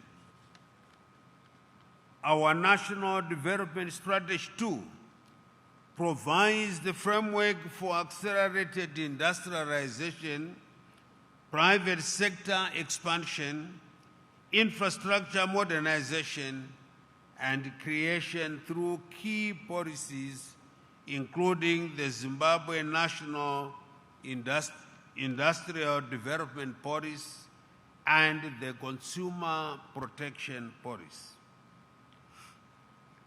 We are determined to create an economy that rewards productivity, attracts capital, and promotes long-term confidence.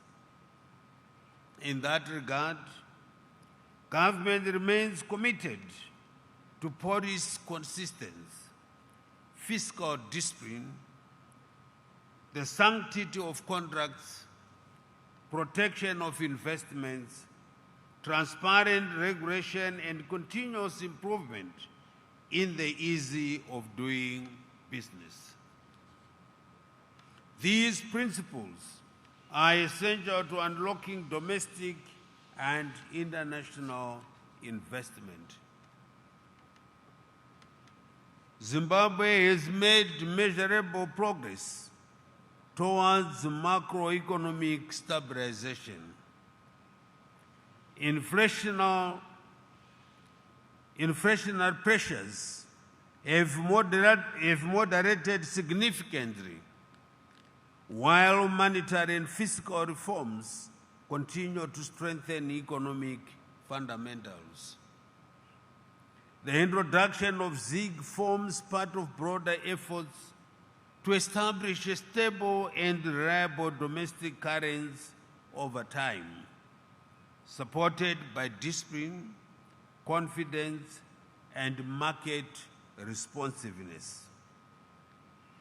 Our focus remains predictability, confidence building, and sustainable growth.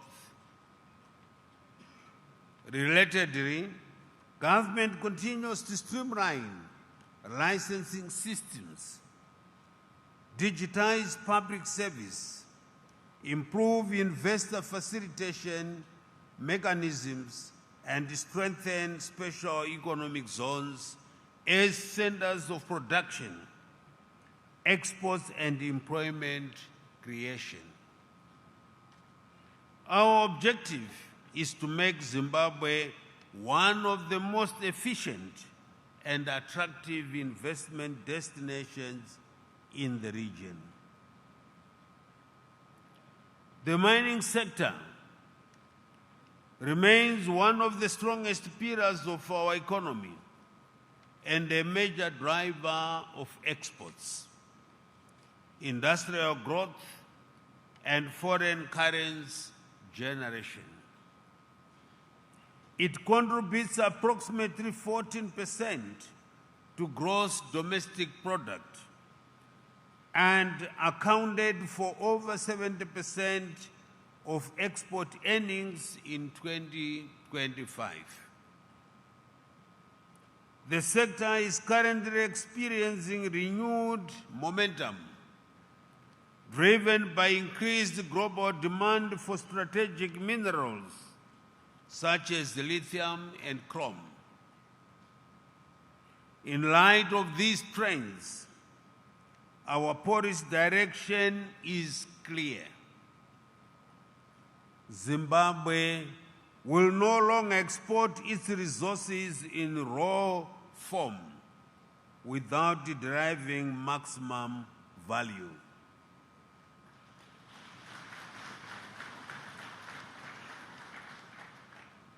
The era of exporting raw resources without meaningful domestic benefit must give way to a new phase of in-country value addition, beneficiation, industrialization, and manufacturing. We therefore welcome investment into mineral processing plants, refining capacity, engineering services, equipment manufacturing, logistics, and downstream industries linked to mining value chains. We are also strengthening collaboration between industry, universities, and research institutions so that innovation, skills development, and applied sciences directly support national production systems. In that regard, the National Mineral Research Center and the University of Zimbabwe will serve as primary hubs for a variety of minerals, including lithium, rare earth elements, and uranium. In addition, the National University of Science and Technology and Great Zimbabwe University will focus on the platinum group of minerals and battery minerals. Analytical oversight for iron ore, chrome, vanadium will be provided by Midland State University, while Manicaland State University will host the diamond and gemology suite. Chinhoyi University and Bindura University will specialize in industrial minerals, phosphates, and graphite, with the Zimbabwe School of Mines dedicated to training the future workforce.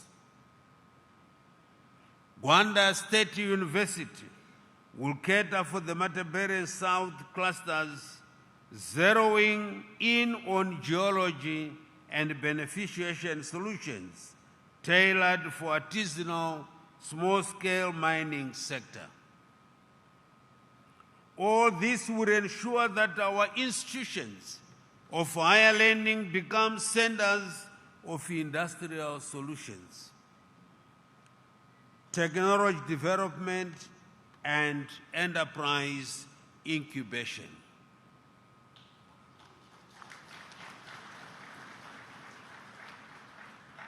Distinguished delegates, agriculture remains central to livelihoods and food security.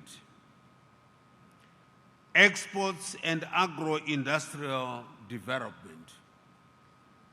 Recent seasons have demonstrated the resilience and potential of our agricultural sector, supported by improved productivity, irrigation expansion, mechanization, and targeted policy interventions. Yet our greatest opportunity lies beyond primary production.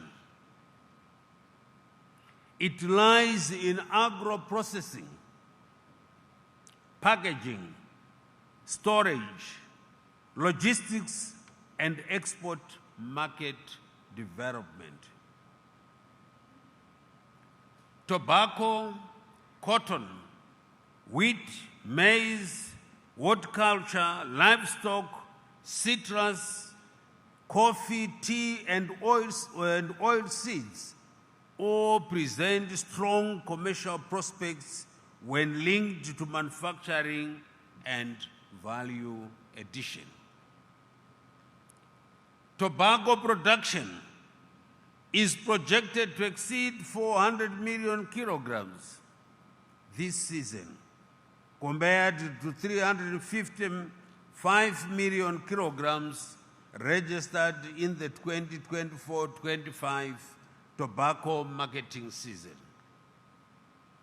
Therefore, government is prioritizing agro-industrialization through initiatives such as Tobacco Value Chain Transformation Plan, which targets investment in processing and increasing manufacturing capacity. This entails the establishment of cut rag facility, coupled with the 100 million cigarette manufacturing plant with capacity to process 3,000 tons of cut rag per month and produce up to 600 million cigarettes. At the same time, the rapid growth of horticultural exports, particularly bluebell exports, have grown significantly from 1 million in 2018 to over 50 million in 2025. This confirms that Zimbabwe can compete successfully in premium international markets. Just this last Tuesday, yesterday, Honorable Minister of Agriculture was telling Cabinet that we have no competition. Those that compete with us produce at different seasons with us. And the Honorable Minister of Agriculture's plan was endorsed by Cabinet, and we want to grow that area rapidly.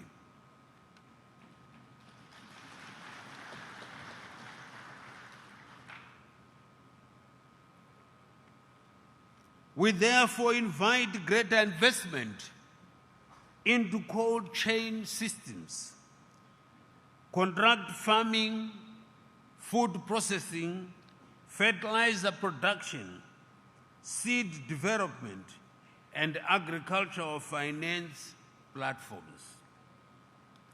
Our ambition is to transform agriculture from a production sector into a fully integrated commercial value chain. no economy can industrialize without modern infrastructure. Government has therefore prioritized transport, energy, water, and digital systems as strategic enablers of productivity and competitiveness. We continue to rehabilitate and expand major road networks and regional trade corridors that connect Zimbabwe to neighboring markets and seaports. We are equally committed to revamping rail systems through partnerships with local mining houses and other movers of bulk commodities in order to restore and enhance our railway infrastructure. This is the time for you, the private sector of Zimbabwe. Take the bull by the horns. Don't look for investors outside. You are the investors. Let's build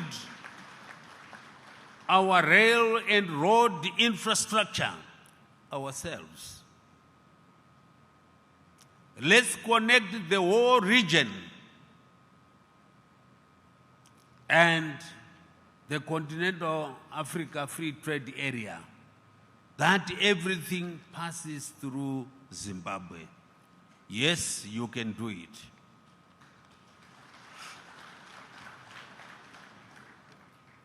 The earmarked railway lines are Victoria Falls, Bulawayo, Bulawayo, Dabuka, Dabuka, Rutenga, Bad Bridge, and Chirezi, Mvuma, Dabuka. This will address the increasing demand for transporting bulk goods, both domestically and internationally,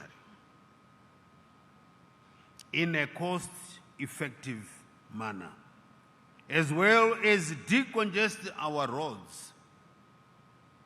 Furthermore, we are inviting partnerships to key railway corridors, namely the Lion's Den to Kafue in Zambia, the Plumtree Dabuka Chikwarakwara line, Harare Bindura Motize to link the line in Mozambique, Kado Masengwa link, Mutare Mkwasini Dorowa Nyazura link.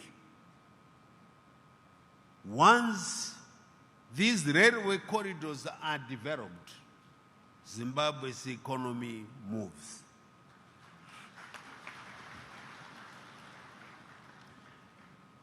On water infrastructure, dam construction, irrigation expansion, and water security management projects remain central to long-term agricultural and industrial growth. Government continues to enhance the phased construction of new mega dams, such as the Gwai Shangani, that we are told is now at 74% completion. The Kunzi dams. Future plans include Dande Dam in Mashonaland Central, Nyatana Rwenya dams in Mashonaland East, Turi Manyange Dam in Matabeleland South, Kondo Dam in Manicaland Province, and Tenderunde Dam that straddles Mashingo, Midlands, Matabeleland South will be the largest inland dam. These investments will unlock new productive zones, such as the Matabeleland regions and Mashingo, to become the food security hubs, strengthen climate resilience, and improve livelihoods through rural industrialization across the country. Energy security is another strategic priority area. We recognize that a reliable and affordable power supply is indispensable for industrial production, economic growth, and national competitiveness. For industrial production, economic growth, and national competitiveness, Zimbabwe is therefore accelerating investment in generation capacity, transmission infrastructure, and renewable energy under the National Energy Compact. This has already driven the rollout of decentralized renewable systems, including mini grids, which are crucial for rural transformation and economic empowerment. In addition, we are advancing strategic regional cooperation through hydroelectric projects such as Batoka Gorge. We are inviting the private sector to partner with government in expanding the national energy base. Given our strong solar potential, hydro assets, and mineral endowment, we see significant investment opportunities in independent power production, captive energy systems, and clean energy industries led by both local and international investors. Ladies and gentlemen, manufacturing must become a stronger engine for national growth. A robust industrial base creates jobs, strengthens supply chains, increases export, and reduces import dependence. Under this pillar, government is revitalizing the domestic automotive industry through a strategic partnership between Wirroville Motor Industries and Ashok Leyland of India to produce custom-built buses designed for the Zimbabwean terrain. Bus kit production is expected to commence in Harare towards the end of this year, enabling continuous local assembly at Wirroville Motor Industries with an initial target of 50 buses for the domestic market. We want to reopen industry and start assembling the 50 buses. Once that begins, we then go in full throttle.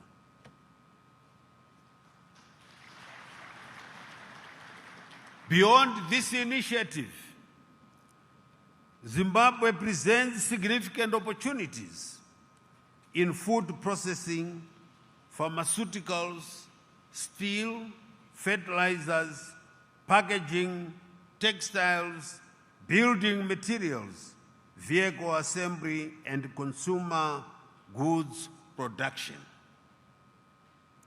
We invite investors to partner with the local enterprises in retooling factories, modernizing production systems, improving standards, and expanding export capacity.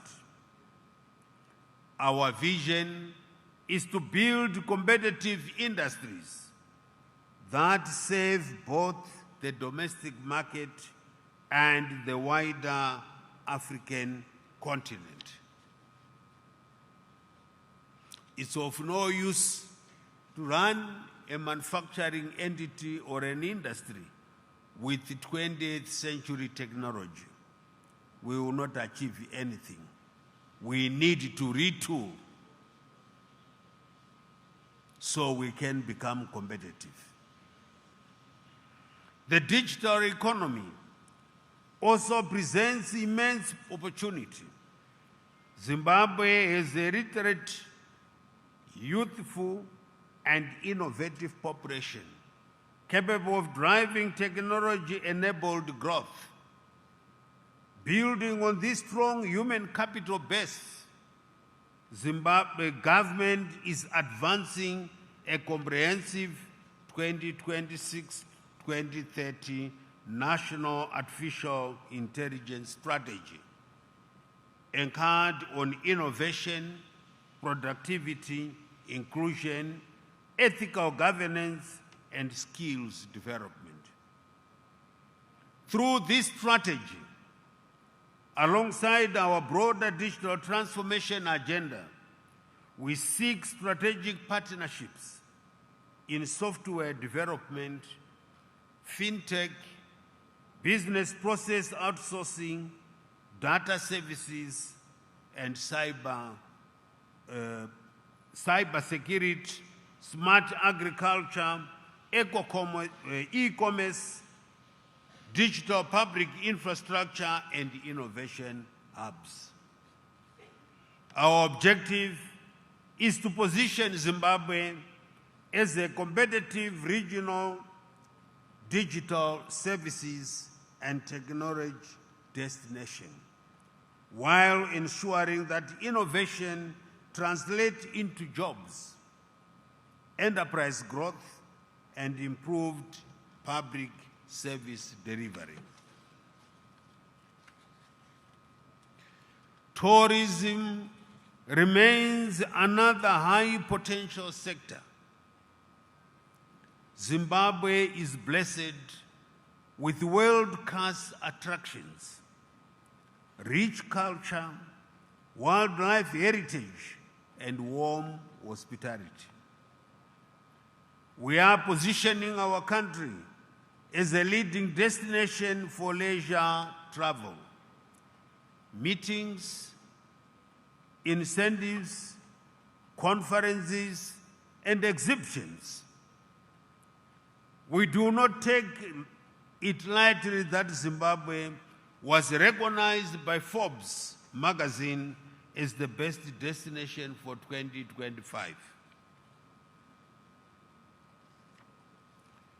And that the Minister of Tourism and Hospitality Industry, Honorable Barbara Rosie, was named the Tourism Minister of the Year Africa in Berlin, Germany this year.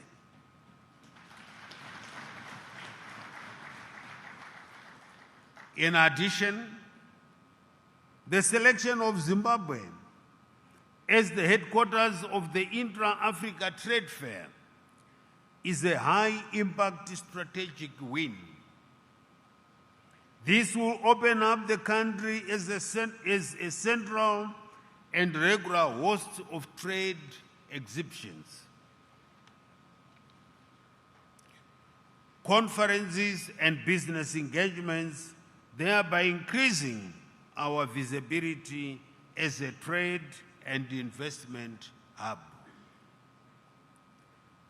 As visitor numbers grow,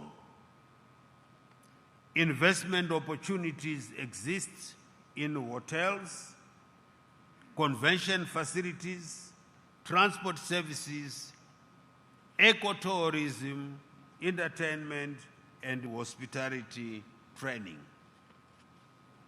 In pursuing our development objectives, we remain mindful of evolving global risks, including geopolitical tensions, supply chain disruptions, and rising energy costs. However, these challenges also present opportunities for Zimbabwe to position itself as a stable, reliable, and competitive investment destination. Zimbabwe should therefore safeguard against the negative impacts of geopolitical dynamics by focusing on building local capacity for increasing fuel alternatives, steel manufacturing, and pharmaceutical leveraging on its vast natural endowments. Our foreign policy, anchored on the principle of being a friend to all and an enemy to none, reinforces our commitment to international cooperation and economic engagement. Zimbabwe continues to offer itself as a strategic gateway into regional and continental markets through SADC, COMESA, and the African Continental Free Trade Area. Distinguished delegates, ladies and gentlemen, our task is to build truly connected economies and globally competitive industries that will stand the test of time and create lasting prosperity for our people. The focus now is on execution and results. This conference must serve as a catalyst for concrete outcomes. We must convert dialogue into investment, partnerships into projects, and opportunities into measurable economic impact. Zimbabwe is ready and open for mutually beneficial partnerships. The policy direction is clear. The opportunities are substantial, and commitment to reform is unwavering. We invite you to partner us in building a modern, industrialized, and prosperous Zimbabwe. With these remarks, it is now my singular honor and privilege to officially declare the 2026 International Business Conference open. Siyabonga. I thank you.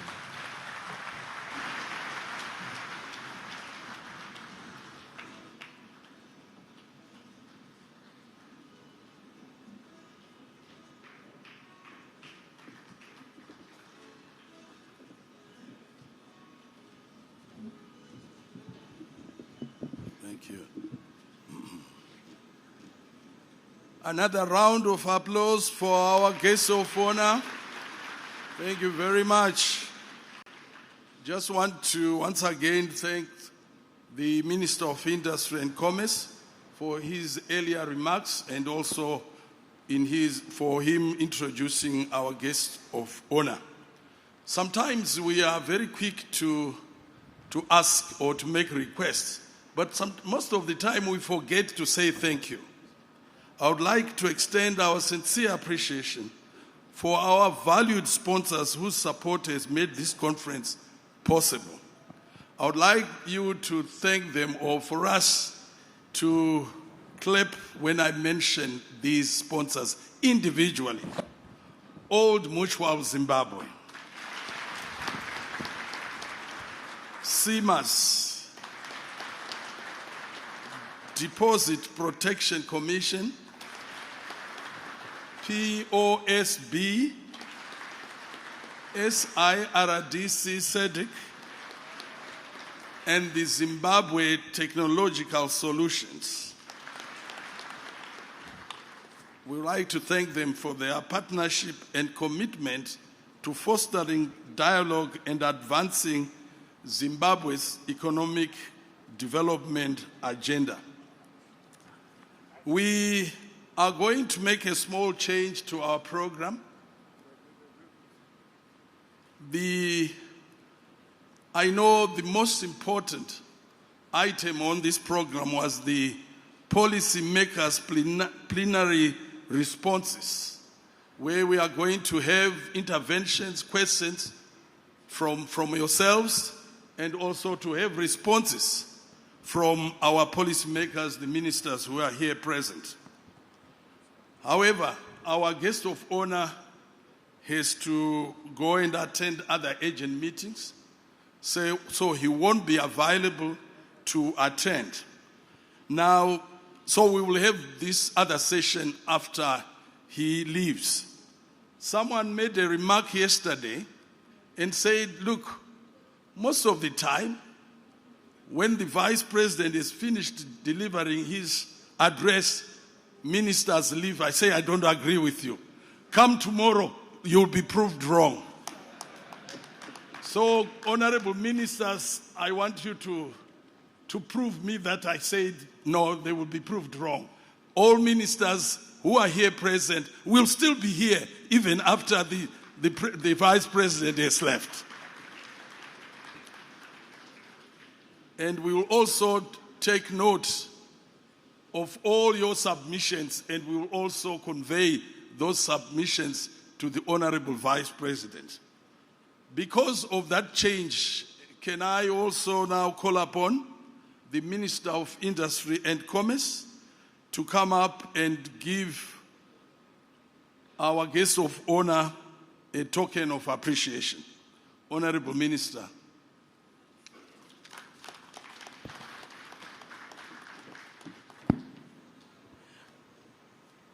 As the Honorable Minister is walking to the podium, I'm going to invite the PS, Dr.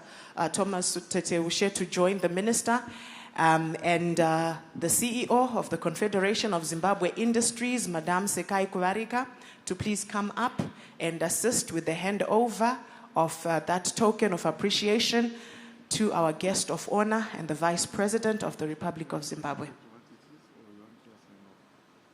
All right. Come.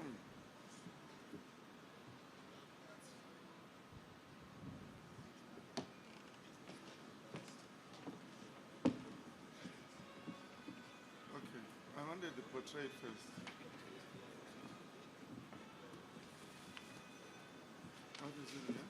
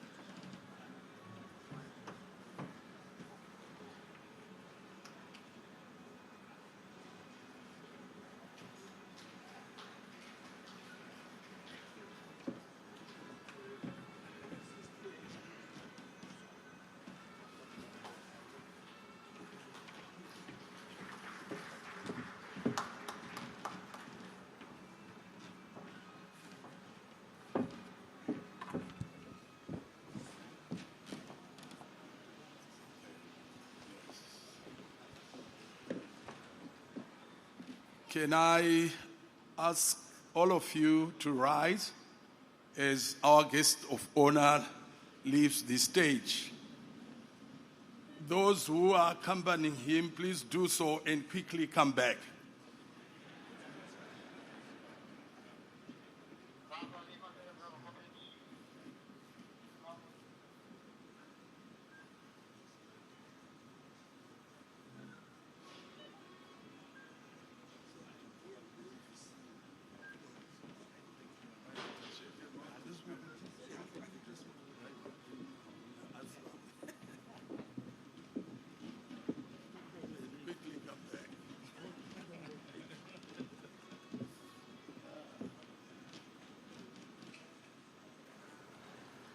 Mr. Mike, could you please come forward? Mr. Mike Loshbrook, could you please come forward?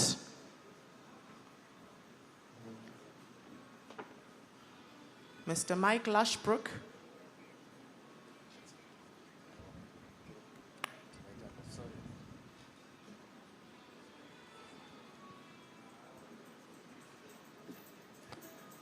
Thank you very much. We can take our seats.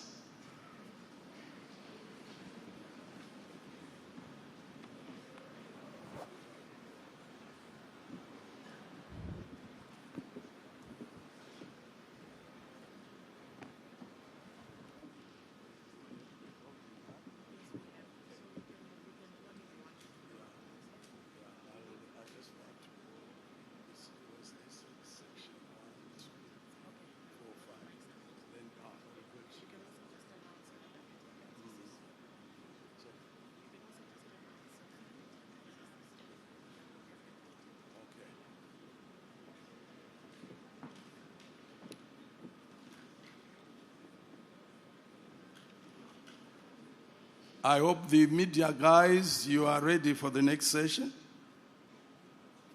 Thank you.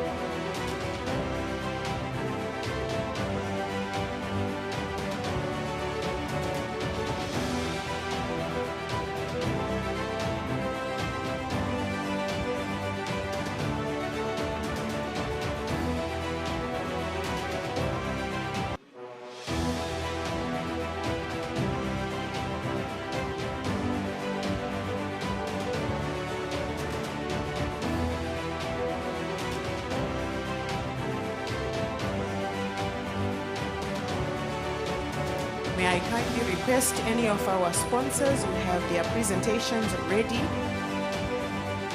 Any of our sponsors who have their presentations ready, you may come up for a few minutes speech, be it POSB, Old Mutual, SERDIC, the Zimbabwe Technology.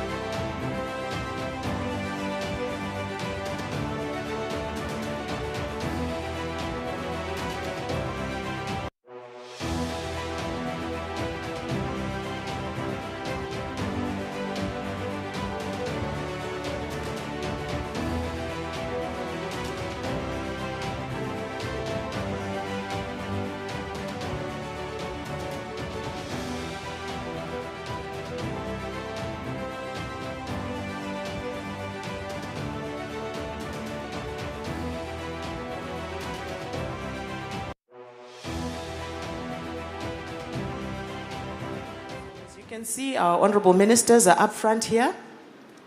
And we are going to give them time to share their reflections. We'll beginning with the Minister of Finance, Economic Development and Investment Promotion, who has indicated that he would like to respond or give his reflections following those two earlier presentations by Madame Kunyalala Mapisa and by Mr. Vulindlela Ndlovu.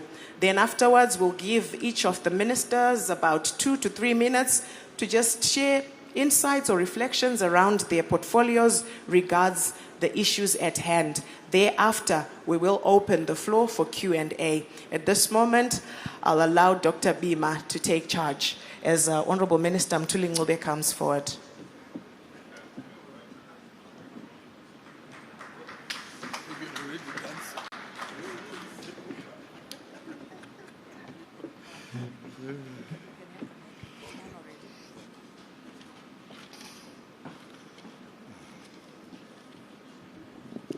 Is it the right?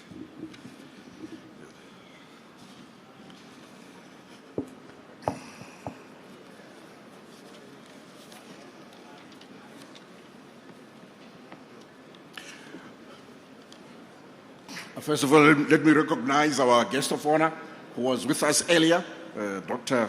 Sijitian Chwenga, who is our Vice President.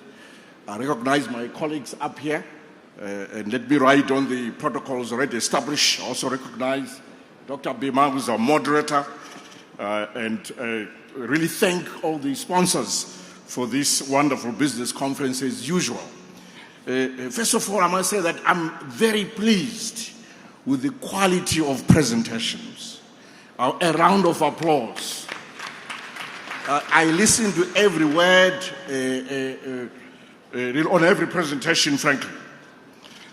So I thought I should just make a comment on the presentation, first of all, by Kunyalala Mapisa and Vulindlela Ndlovu, CEO of CIMAS. Both made a very, very important point that we as government are fully aware of. The point is the demographic dividend requires that we treat health and education as investments rather than as social sectors. It's a very powerful point. Anyone who did a bit of economics would have come across that, right? I'm going to do a small exercise to prove it. So, if you look at the growth in income per capita is driven by two things.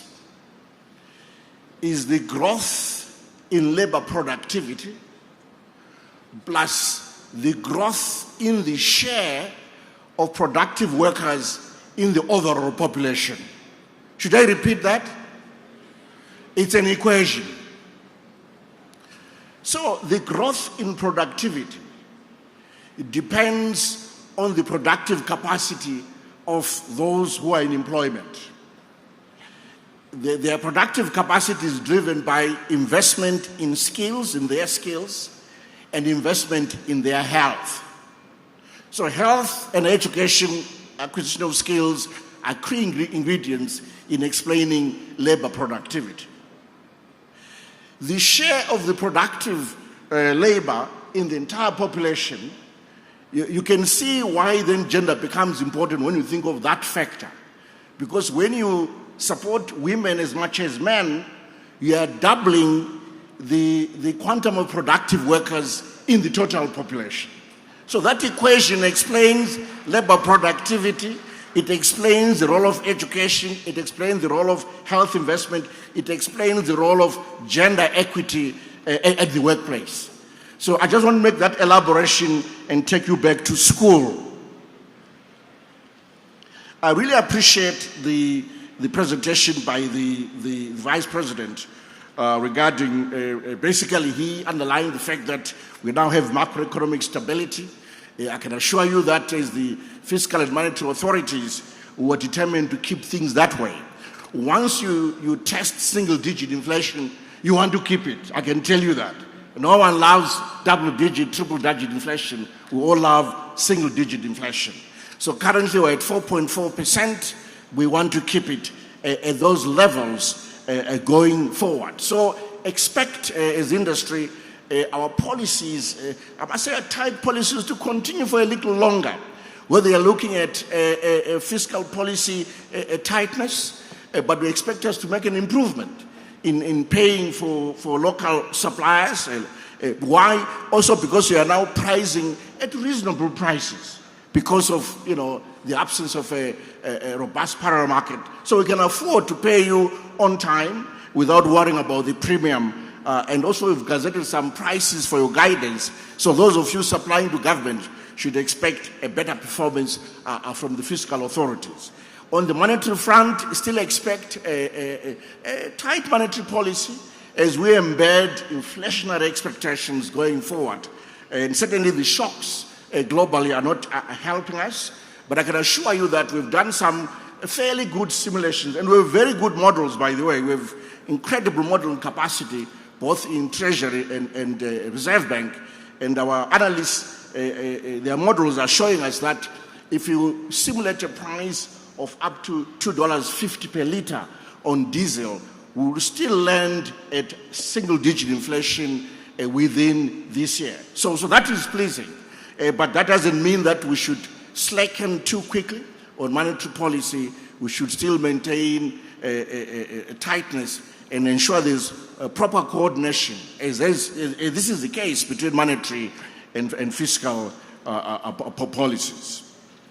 I want to highlight a program that government has taken very seriously to support the environment for doing business. This was highlighted in the comments by the Minister of Industry and Commerce, comments by Vice President and others, and also by our two earlier presenters. We targeted 12 key sectors as government to where we wanted to really reduce the cost of doing business, and I think that we've done rather well on this. This program has actually been highlighted by observers from further afield to say Zimbabwe achieved such an important program in a very short space of time. We targeted 12 sectors. It was the agricultural sector, tourism, transport, wholesale and retail, energy sectors, broadcasting and telecoms, construction sector, finance, health, and more agriculture is a big sector. So 12 sectors were considered, and we're going to add the mining sector, but not so much to change too many things, but rather to enhance what's already in place, and I'm sure the Minister of Mines will elaborate on that. So this program, where we have tried to really rationalize the cost of licenses, the processes, the overlapping procedures, all manner of levies, including levies from local authorities. This process, as I said, is now completed. What we're doing is just gazetting the relevant statutory instruments. Some of you have been impatient and say we should move faster. It just takes a lot of time. It's a lot of changes. It takes a lot of time. So please be patient. Eventually, all the various statutory instruments will be in place, and these new changes will become a law. They will have the force of law behind them. So just be patient. Bear with us. We will gazette all these changes properly.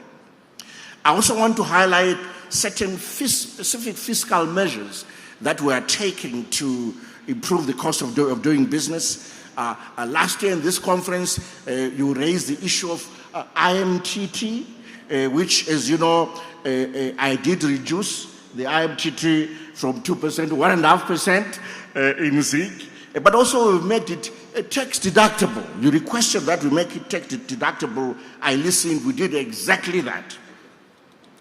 But also, an issue that I raised at last year's conference was that of supporting the 24-hour economy.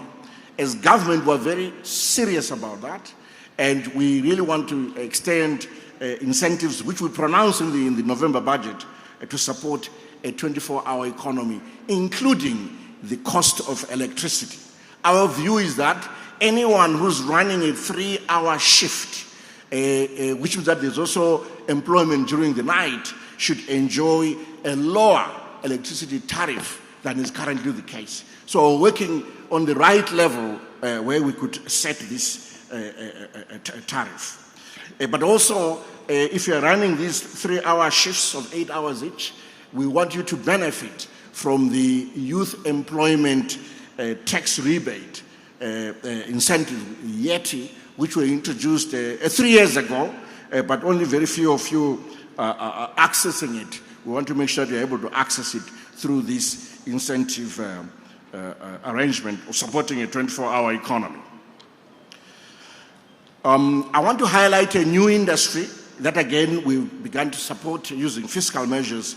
This is the business process and outsourcing industry and the knowledge processes outsourcing industry, where we've decided that we will declare certain buildings special economic zones.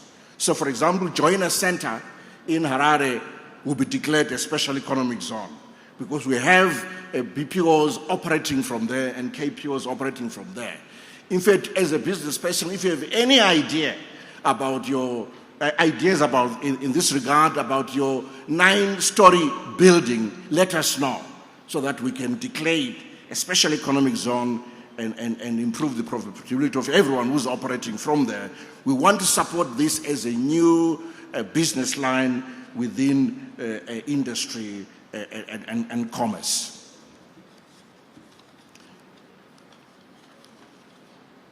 Maybe a few points about some of the monetary policy measures that we put in place to support businesses. You know that we kept the cash withdrawal charges to a maximum of 2%. We tried to raise those charges. I listened to objections and so forth, so we dropped it. So it's back at 2% in terms of withdrawal of USD and ZIG transactions. And the point of sale charges were also reduced to a maximum of 1.5% with an upper limit of $20 per transaction. In addition, other transactions in ZIG, the fees on these were reduced. Is also trying hard to respond to the cost of doing business, to reduce the cost of doing business.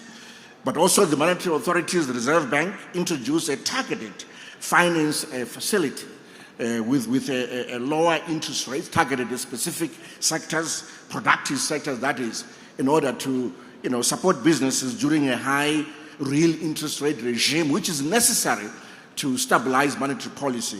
With that kind of regime, you do need these targeted facilities, and that facility is in place, and it was doubled in value. So these are some of the measures that we've taken from the monetary front and fiscal front to support industry. And I must say that some of the issues that were raised by the Vice President are things that are in the National Development Strategy too, and we are focused on supporting those going forward, such as the mineral beneficiation strategy involving universities in testing for whatever is exported, the various laboratories across various institutions, supporting the horticultural sector, especially the blueberry sector, infrastructure investment, whether it's energy, roads, rail, and so forth. And here our plan is to involve the private sector, especially in rail and road. This is coming. We will make a stronger push. In energy, it's obvious, it's already happening. The various independent power producers are receiving benefit from our three-legged incentive mechanism based on price, on guarantees for power purchase agreement, as well as currency access agreement for those IPP investors.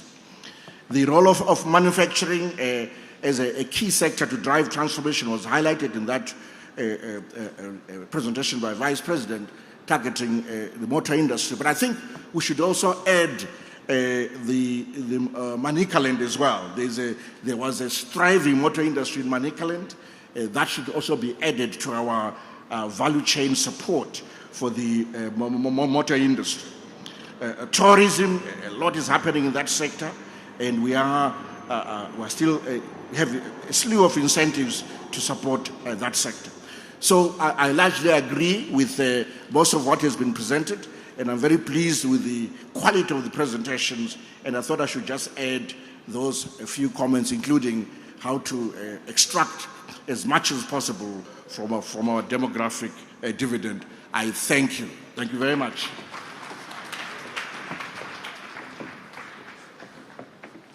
Thank you very much. Another round of applause for him. Thank you, Minister. I enjoyed your remarks on some of the policies, particularly on the 24-hour economy, as well as issues around special economic zones.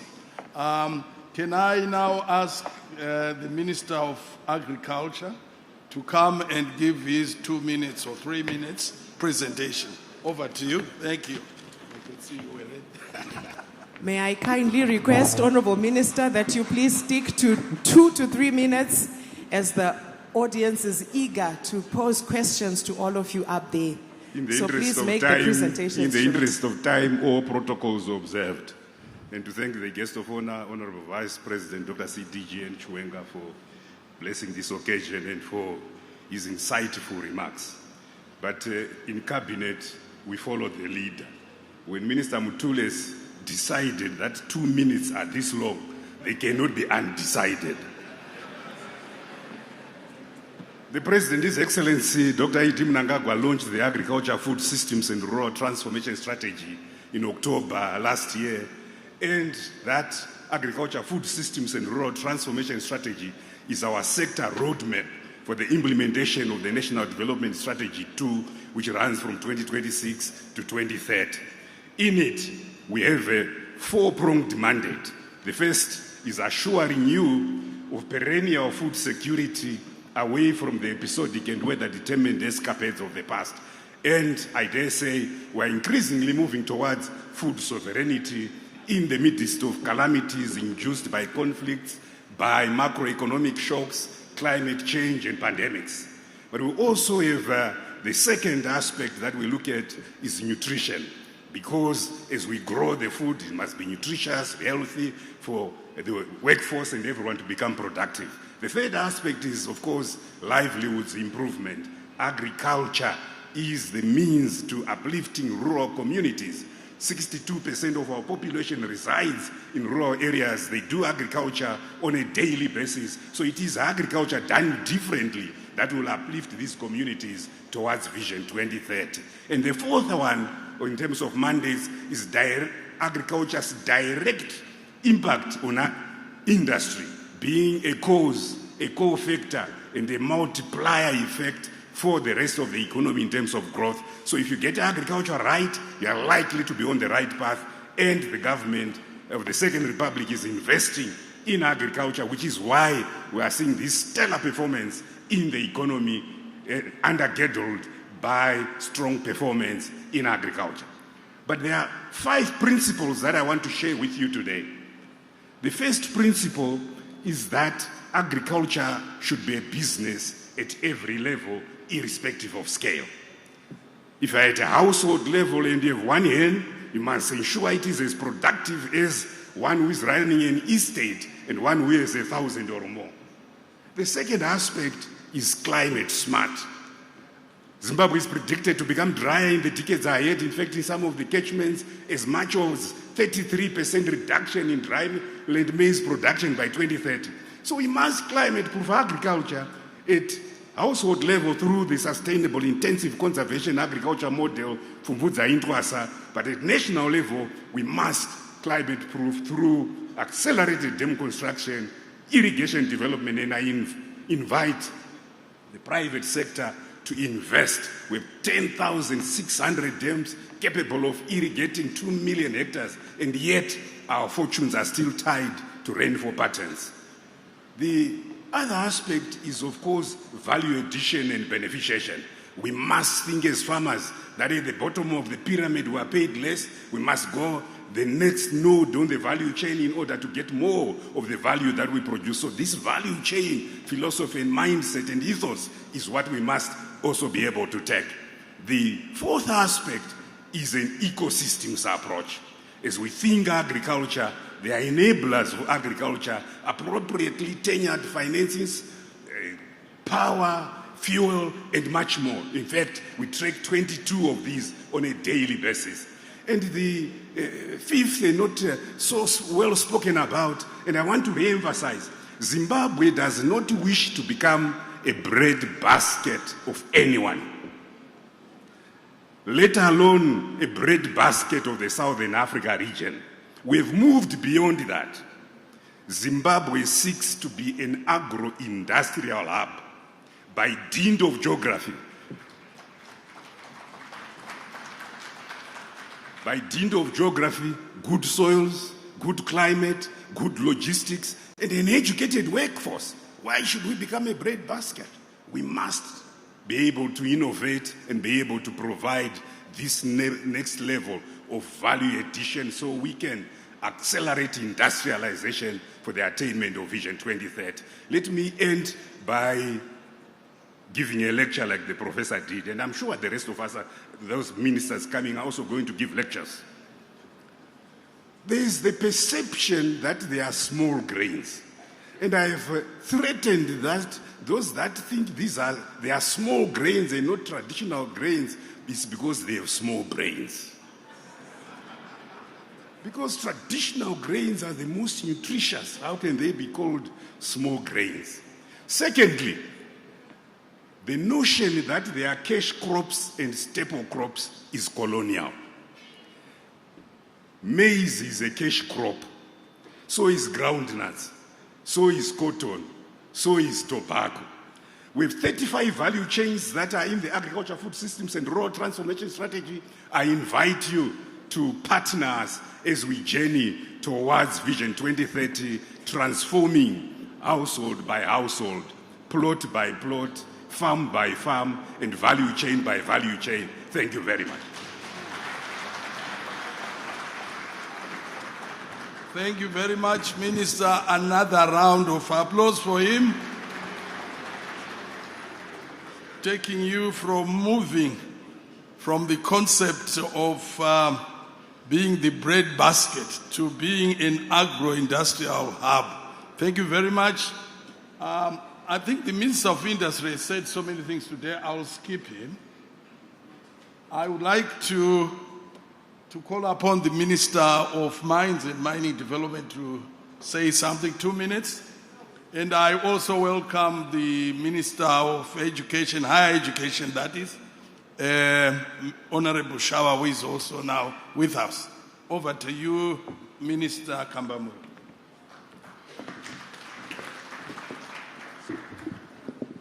Thank you, Moderator Dr. Bima. I would like to acknowledge our guest of honor, the Honorable Vice President, Dr. C.G.N. Chiwenga. Because of our time or protocol observed. I was looking at the title, Connected Economies, Competitive Industries. In February, we banned the export of minerals. Soon after the ban, the price of lithium in China went up. That's connectedness. When Iran closed the Strait of Hormuz,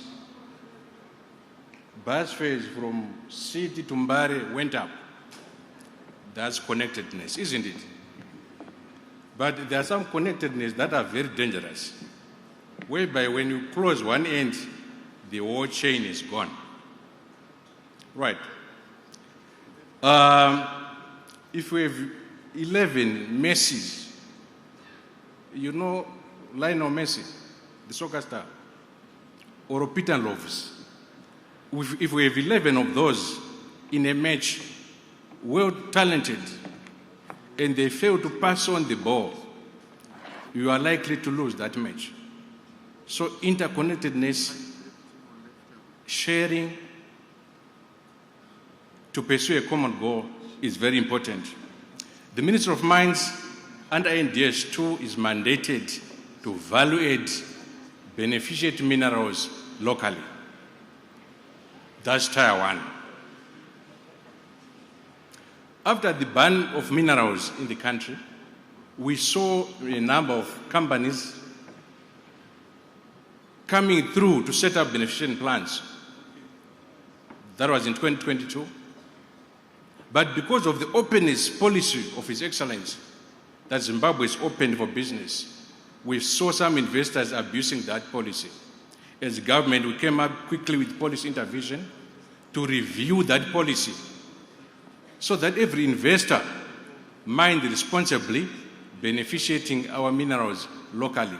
Some termed it as policy inconsistency. But when people are abusing our policies, what do? We cannot just fold our hands, but we come in quickly with the policy corrections.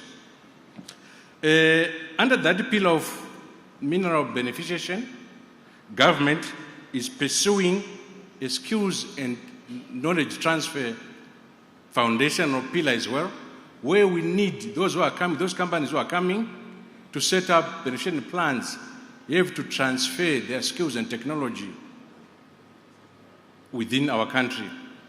We are going also to set up a robust research center, as the Vice President has already said, that will mainly focus on mining, mineral extraction, smart technologies. Zimbabwe cannot be an island. That is, we cannot be isolated from the dynamic changes being brought by mining smart technologies globally. There are a number of initiatives that the ministry is coming up with. We are providing security of tenure, mining rights that are bankable. We are also leveraging on community social investments, moving away from corporate social responsibilities. We notice that there are those that are coming, our friends that are coming to invest in the small-scale sector, small-scale mining sector. We've looked at that with an eagle eye and come up with policy intervention. Small-scale mining for Zimbabweans. We are going to come up with a policy statement on that one. We have one Zimbabwe. We have those minerals that are finite. Once they are finished, they are gone. So we are going to come up with an investment capital threshold, whereby those who are coming, they cannot just invest haphazardly. They need to come through Zitf, Ministry of Finance, get approved on what they have, deposit with the RBZ their investment capital. Both we have seen some are already engaging in dispute over 2 hectare mining areas, 3 hectare mining areas with locals. That is going to be a thing of the past. We are going to protect our people.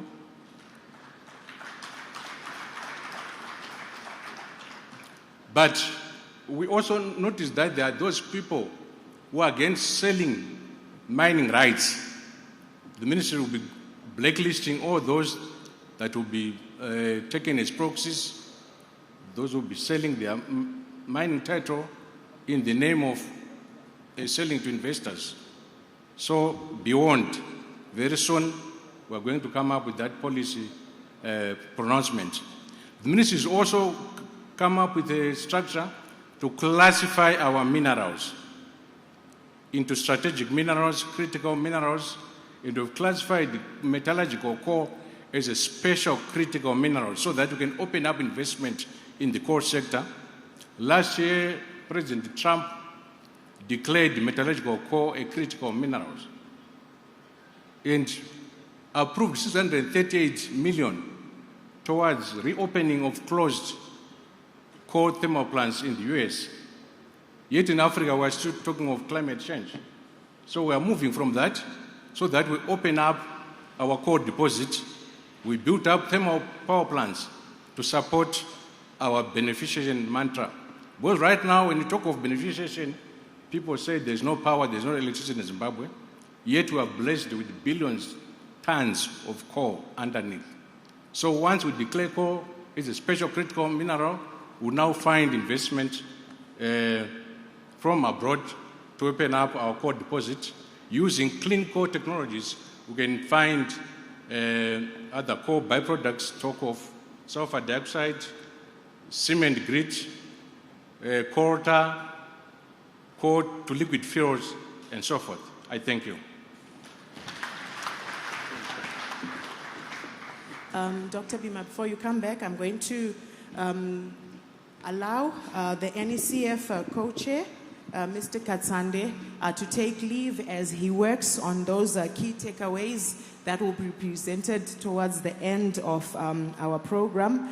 And also the Minister of Environment, Climate and Wildlife has joined us. So we will now also afford her an opportunity to come up front, give a few remarks before she joins the panel. So please appreciate her as she goes up front. Thank you. There was a warning given by the Minister of Mines. Don't sell your mining rights. So he said, be warned. Another round of applause for his presentation. I now want to ask the Minister Shava to make a presentation for 2 minutes on higher education and tertiary institutions. Over to you.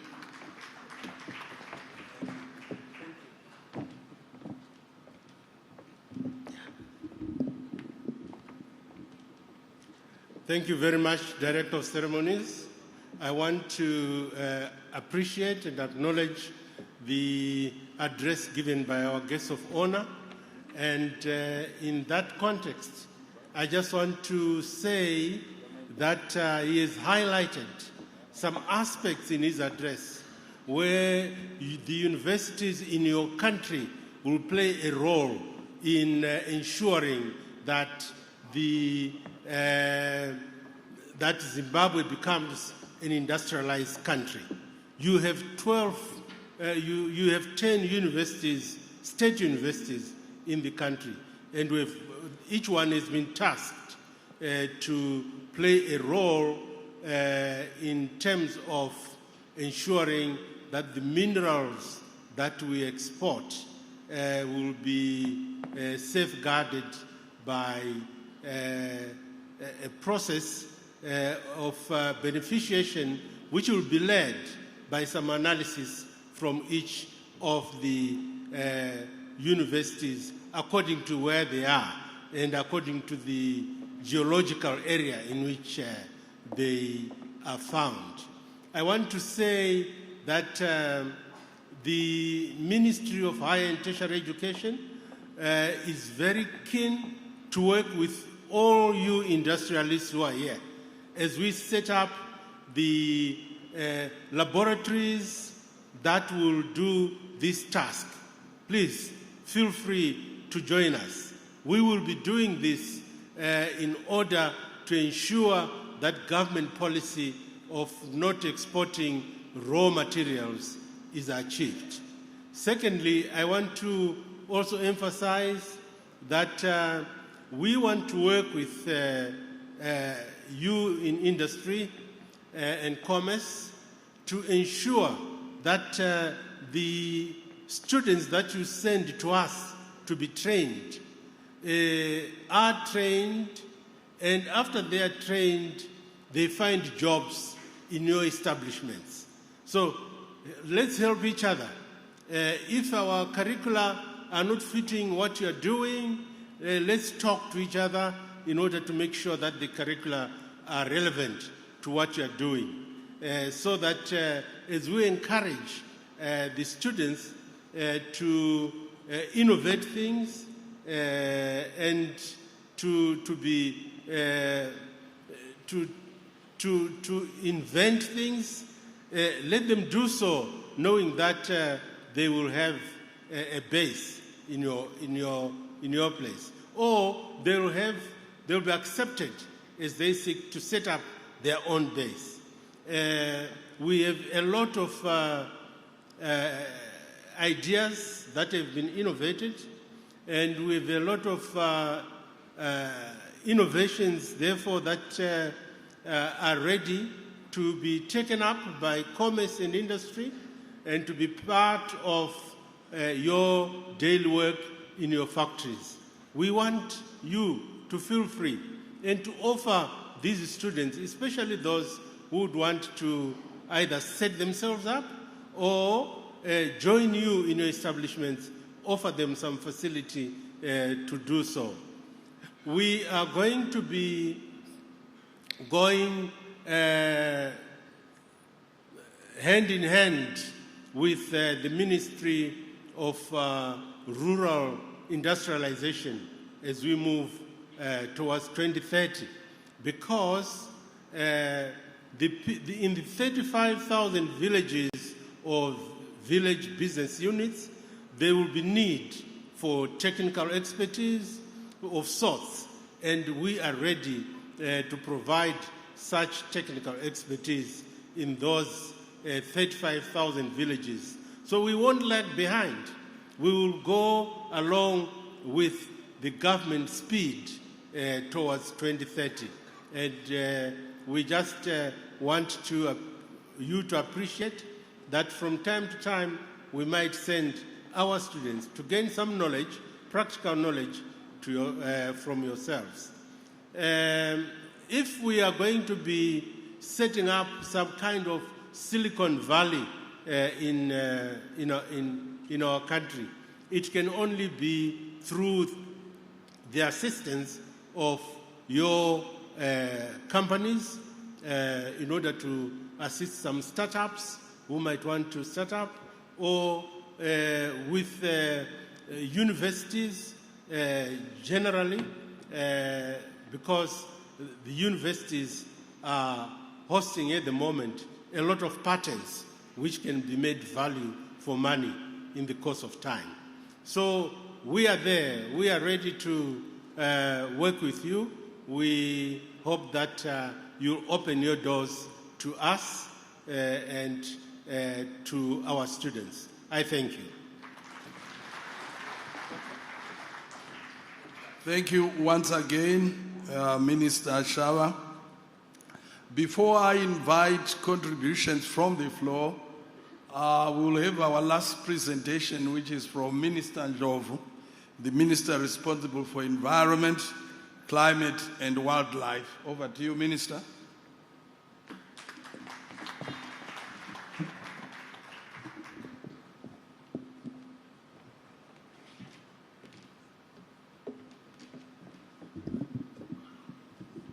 I'd like to first of all apologize to the leadership of NCF for dashing out because of my medical condition.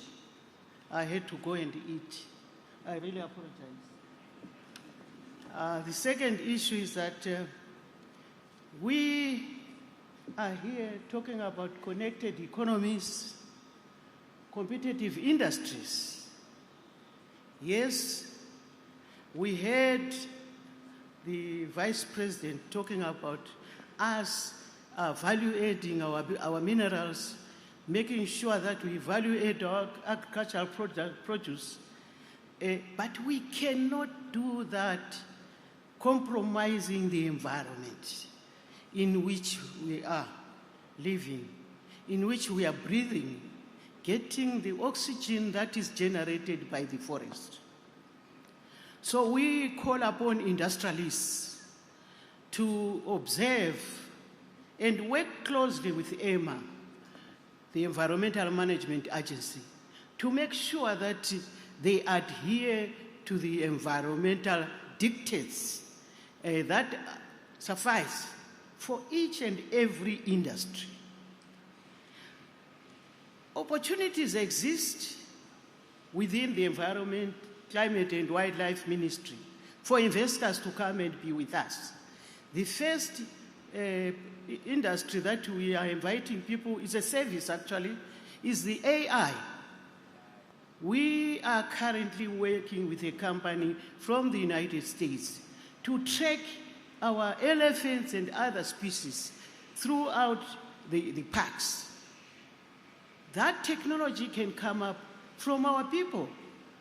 We are calling upon both industry and universities and colleges to research on this AI to make sure that we localize the supply of equipment that we use for tracking our animals, to make sure that we reduce the human-wildlife conflict that we currently experience.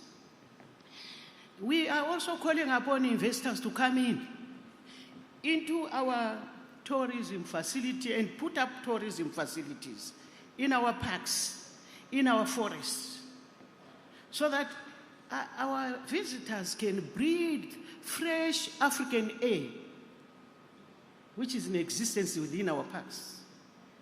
So we are calling upon you, Zimbabweans, first, and foreign investors, second, to partner us.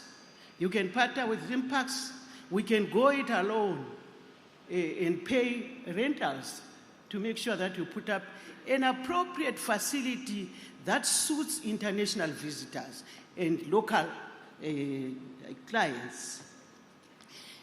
Moving on to EMA, we continue to experience difficulties in terms of recycling.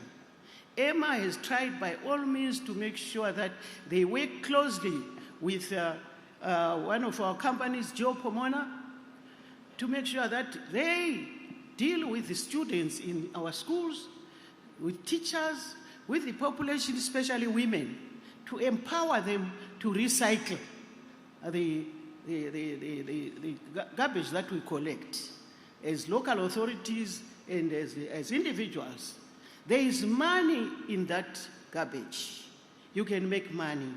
And we have witnessed that because recently we had a conference at Mikkels, the former Mikkels Hotel, where the whole African continent was there, displaying what they are doing in terms of recycling. So there's a big potential in terms of investment in the recycling of our garbage. There is what we call biodiversity economy. Diversity economy is a new theme in the environment, parks and wildlife area at international level.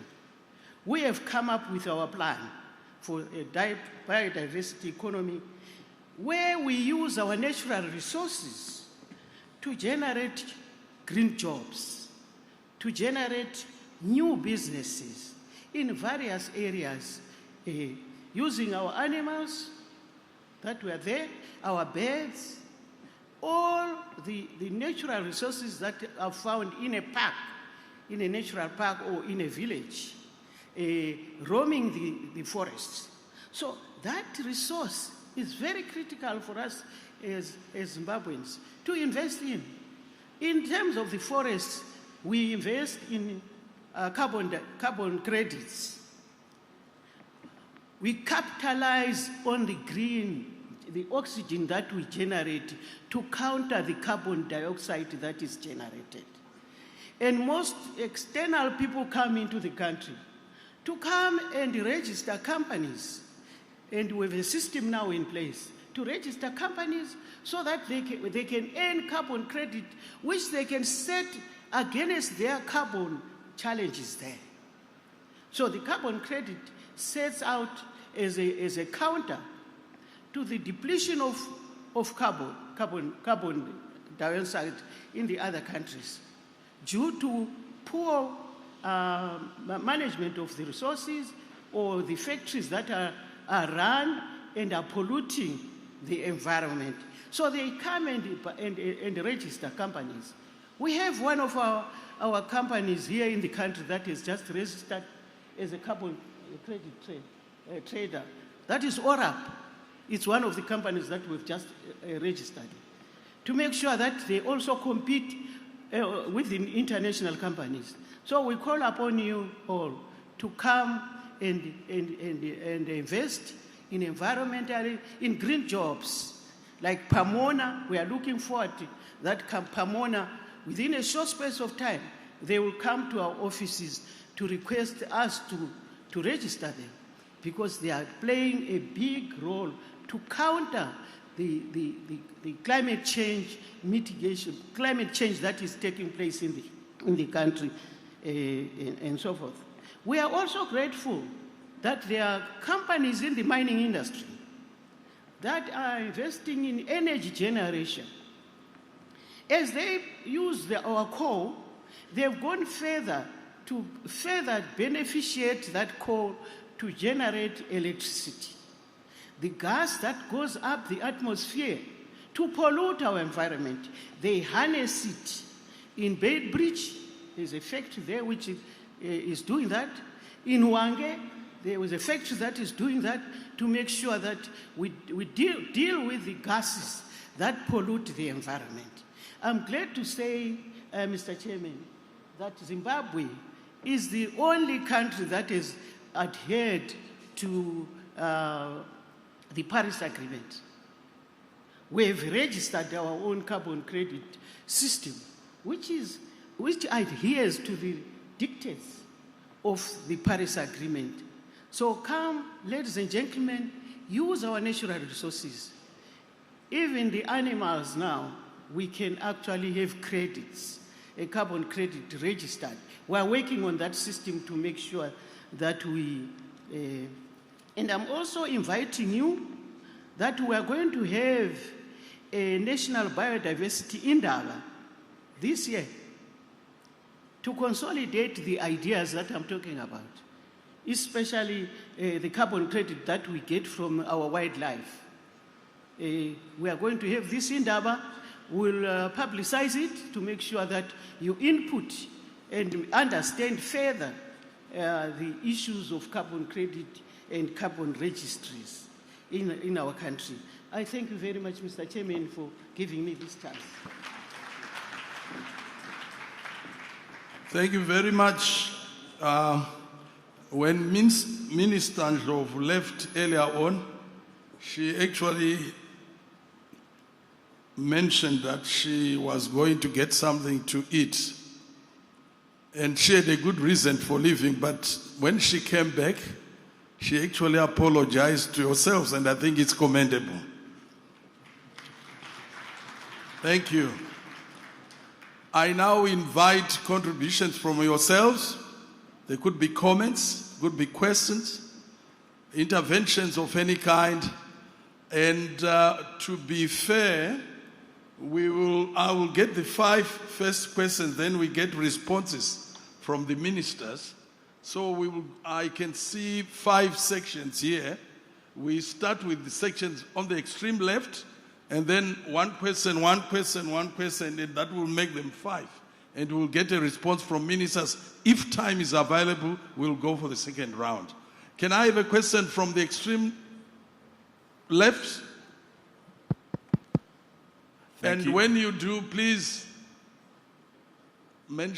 tell us your name and the organization that you represent, and then you can put your question forward.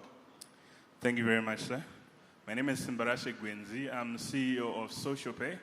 We facilitate financing for solar assets for businesses and households. My question is to the Minister of Finance. We saw some reprieve in trying to curb the growth and rise of the fuel price, but we haven't gotten any support in our industry for renewable energy components which we import, which have started escalating in pricing and make it difficult for our customers to acquire on a pay-as-you-go basis. Thank you. Please, may you assist on that? Thank you. This section. If you are too slow to get your hand up, I will skip you. Anyone from here? Okay, Doc. Okay.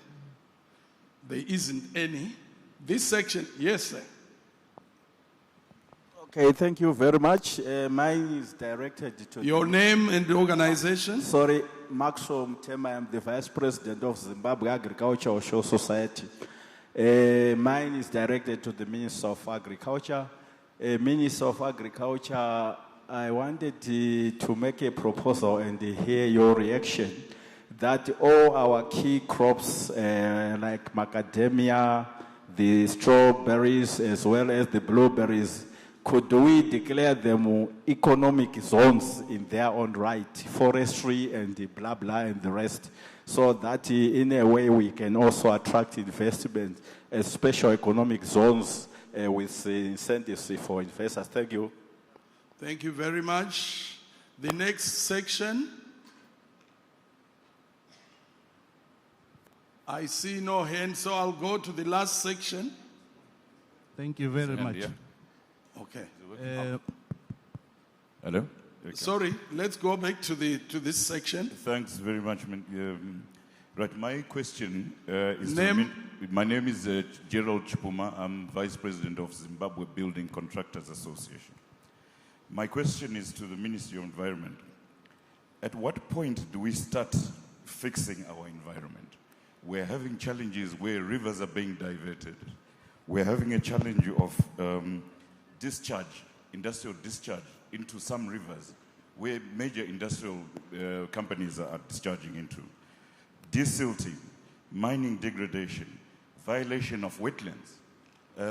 Some of the wetlands are being sold to our counterparts, from foreign counterparts, where previously Zimbabweans have been denied from developing those areas. So we would like to know what process is being done to make sure that we're serious about the environment. Thank you. Thank you for that contribution. Yes, sir? Thank you, sir.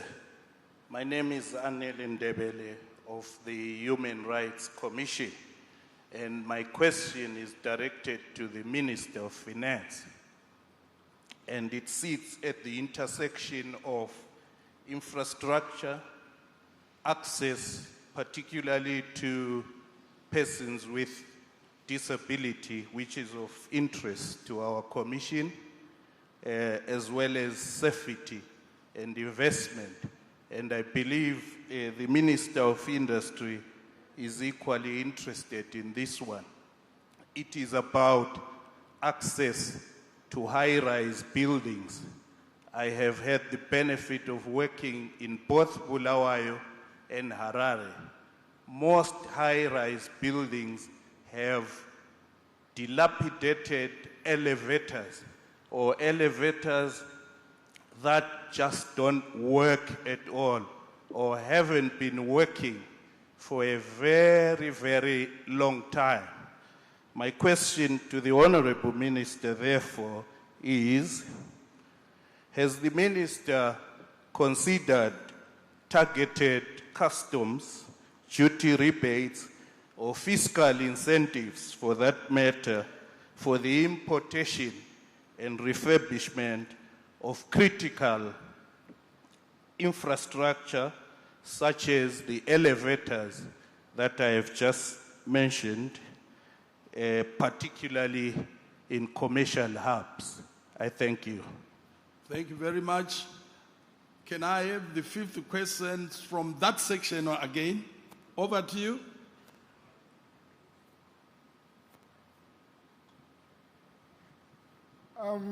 Can you hear me? Am I audible? Okay, my name is Spangani, and I'm going to speak as a development practitioner. I'm not representing any organization. My question perhaps is, I think my submissions will go across the board. So, number one, the issue of collaboration, context-specific, decentralization of ministries to specific economic zones. I'm a bit worried, especially in the mining sector. You look at Hwange, for example, Hwange district, I think is the fifth in the top 5 of the economic zones of Zimbabwe. And you just have one mining officer for as long as I've remembered, unless if something changed some few months ago. You just have one official from the Ministry of Mines. And that's a bit worrying, because if you want services, sometimes this person is not in the office. But Hwange is producing quite a lot in terms of resources. So in terms of the central government, that takes away the opportunity of local people to participate in that zone. Secondly, the issue of value addition. There's quite a lot coming out from coal, but we don't see the ministry even initiating a small budget to make sure that even the locals can benefit from some of these initiatives. We have seen women taking the initiatives already, and the ministry is not seen around. Higher education. Is it not time perhaps to consider reconfiguring our universities? I think UZ has stayed for too long in Harare. Why not decentralize, create centers, for example, coal production, gold mining, etc. While we are on education, I was very disturbed last time when Wange High School, for example, was placed under this zone for creating clothing and designing. It's an area where there's wildlife, it's an area where there's aviation, it's an area where there is quite a lot. But you are introducing a school of dressmaking and designing. I mean, what are we doing? And perhaps lastly, Zimstats. I think this goes to the Minister of Finance. I want to believe that there is a need. When is Zimstats going to be capacitated to collect the right data so that we can make informed decisions? Whenever you make inquiries, what is the economy of Wange, for example, Bubi, you are told is all under Mat North. I want to believe that it's time that Zimstats was capacitated so that we can have relevant statistics to help us make informed decisions. I thank you. Thank you very much. I will now call upon the ministers to respond. I call upon the Minister of Finance. I think you have got about 3 questions or 2.5. Over to you, Minister.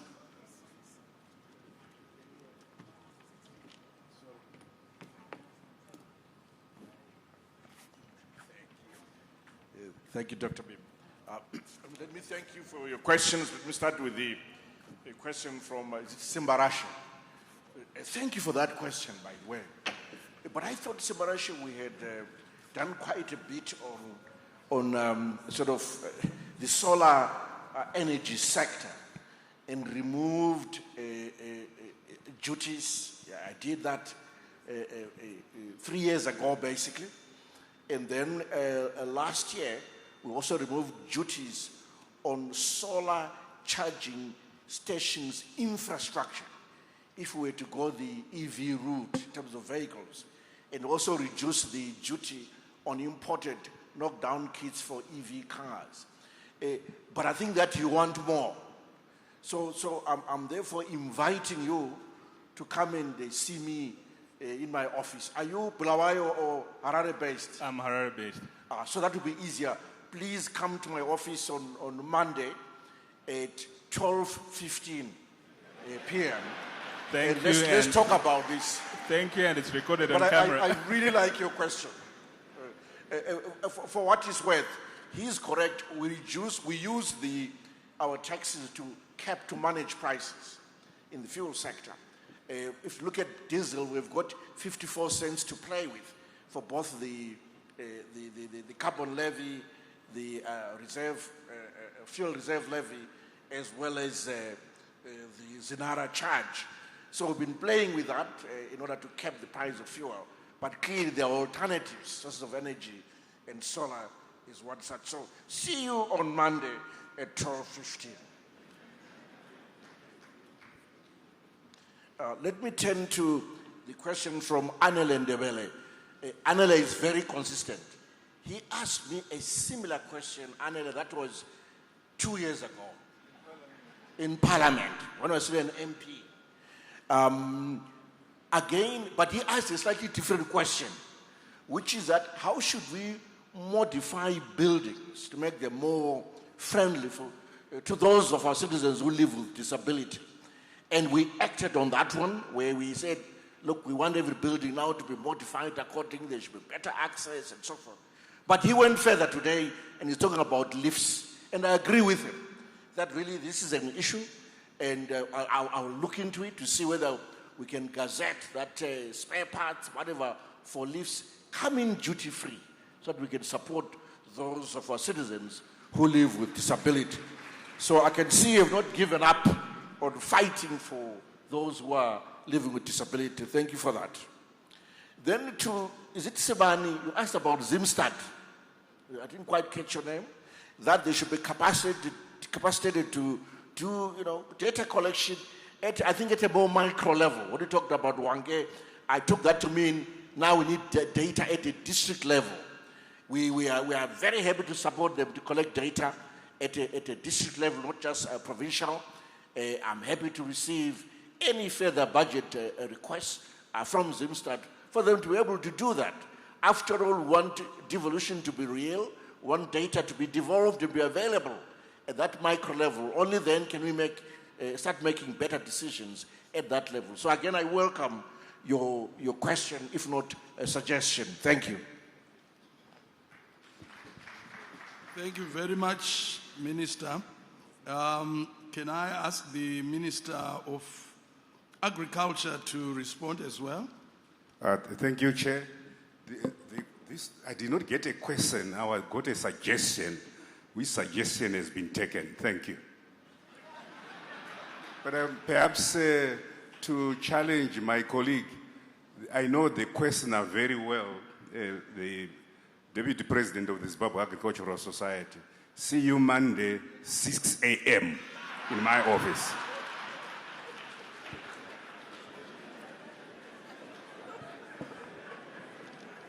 I think you should really get that. 12:15 is 12:15, and 6 a.m. is 6 a.m., please. Anything 5 minutes late, 10 minutes late, the meeting is called off. I will ask the Minister of Environment, I think, to make a comment on the submission made. Thank you, Mr. Chairman. I would like to thank those that are asked about my ministry, what we are doing in terms of protecting the environment, and at what point do we protect the environment. We protect the environment at a point when the project is conceptualized and an application has been sent to EMA for them to do an environmental assessment and give a certificate of approval for that project to proceed. So we start from there. And then we move to the rivers. Unfortunately, our people apply for that. And when EMA rise to reject the application, they get upset. Instead of praising EMA for doing a good job, a thorough job to protect the environment, they blame EMA.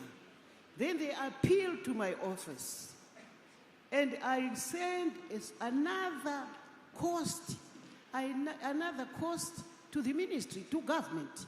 I send that another company to go and do an assessment, and the company comes back with the same answer which EMA had. And then I write to the same company to say, unfortunately, I'm rejecting your appeal. So let's work together to make sure that you adhere to the dictates of the environmental challenges that we are facing, so that we address these environmental challenges together as a nation. The second one is the rivers. Rivers are degraded. I know rivers fall under the Ministry of Agriculture, but they are monitored by my ministry.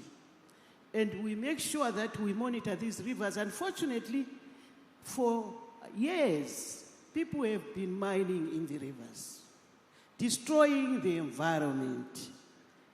And if we destroy the environment, the rivers, we are not adhering to the Paris Agreement, where we all agreed to attend to the environment and make sure that we protect the environment and reverse what the damage that have been there before. So I call upon all those that are abusing the rivers to desist from mining in the rivers. It's not allowed. Statutory Instrument 188 does not permit anyone to mine in a river. It doesn't permit. And that permit will only come after we revise the situation, we evaluate and see if our rivers are back to normal. So in terms of wetlands, a river is a wetland. The Victoria Falls River, which is the Zambezi River, it's a wetland. All rivers that we have in the country are part of the wetland. And that wetland system is the one that helps us to get rain. I think we all did geography, but our people do geography in class and then forget when they get out, when they grow old. So I call upon everybody to please make sure that we defend the wetlands. Below is another question on wetlands. Oh, by the way, I'm the president of 173 countries who signed the Ramsar Agreement. And I cannot allow Zimbabwe to be blamed for allowing the construction of houses in a wetland. I cannot allow Zimbabwe to be blamed as the chairperson of 174 countries to allow people to mine in rivers. So let's work together. I beg you, let's work together to make sure that we stop this riverbed mining. The government has put in place a team of ministers and their officials to work on this riverbed mining so that we can rehabilitate the rivers. And it's in the process. We're working on the statutory instrument to make sure that we look at how best we can rehabilitate our rivers so that the water can flow again to the seas so that we can get rain and we mitigate against climate change. I thank you.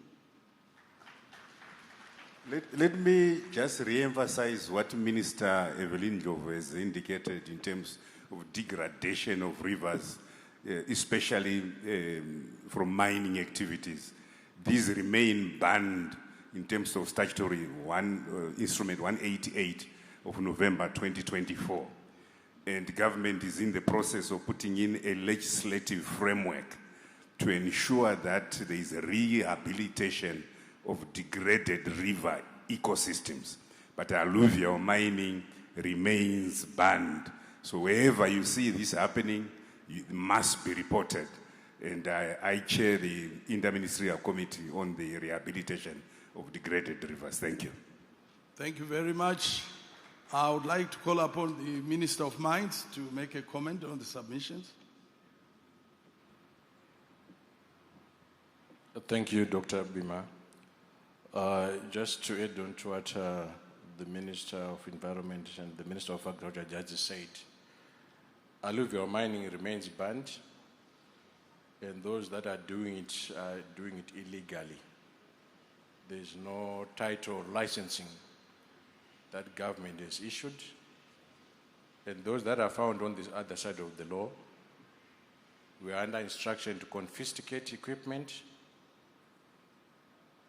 and imprison those that are bending on the law. No fine, but custodial sentencing. If they are foreigners, then they will be deported and equipment confiscated to government.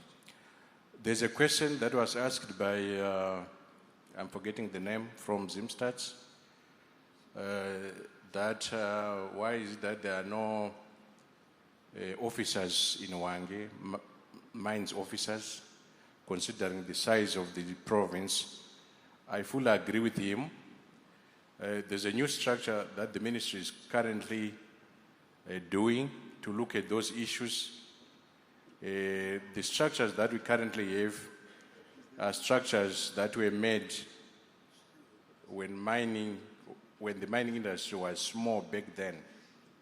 So we are going to consider putting some sub-offices in those areas where there are big provinces, where there's need for more supervision. Besides that, we're going to come up with another extended structure with officers whom we'll be calling mining development officers, mirroring agricultural business development advisory officers, Madumeni or Agritex officers in the Ministry of Agriculture. So those people will be right at the mining places or mining locations where mining will be taking place to check on environmental issues, to check on mineral accountability, mining standards, and also provide necessary or key technical expertise. So it's work in progress. Very soon we'll be seeing changes in that regard. Thank you. Thank you very much. I know there are a lot of people with burning questions, but unfortunately we might be eating into other programs' time. So I would like now at this stage to ask the Minister of Industry and Commerce just to give some closing remarks, but just to thank the panelists. But after that, I would like to ask the, sorry? Oh, Vashawa, sorry. Minister Shawa, you are free to make a comment. Thank you. Thank you very much, Director of Ceremonies. There was a question from the far end there regarding a college, a polytechnic in Wange, which is only doing or emphasizing dressmaking. Let me just say that the government is very much aware of the need for a properly established, housed college in Wange. Some 6 years ago, the government decided to rent that primary school where you have seen this training happening. But I'm happy to say that 2 months ago, we visited that college, and I want to say that it's unsuitable, but it's serving a limited purpose. We were kindly given our own stand as a ministry by the local authorities there, some 9 kilometers from that particular one. And I went to that site 2 months ago. We put people on that site to look after the materials that we are already delivering in order to construct an appropriate institution for trainings of sorts at that level. So we hope that with what Minister Mtuli has indicated to us in the Blue Book this year, we will start with the administrative block in that particular area, and we will soon finish a proper college which will be given curricula which befits colleges. Thank you. Thank you very much, Minister Shawa. I would like to call upon the Minister of Industry and Commerce to give his closing remarks and also just close this session. Thank you.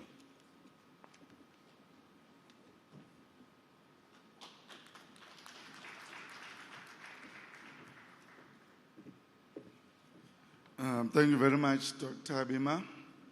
I just had to find a way of saying something now that no one had asked me a question. Colleagues, it has been a very fulfilling session. I have enjoyed every minute of it. And there are some interesting observations. This is perhaps my first session that I've attended with the Minister of Finance, and no one has said anything about inflation, about the currency. It means, Minister, you're doing something right. I think we need to give him a round of applause. And what it tells me really is that a stable macroeconomic environment is a key enabler for business. and business is appreciating this.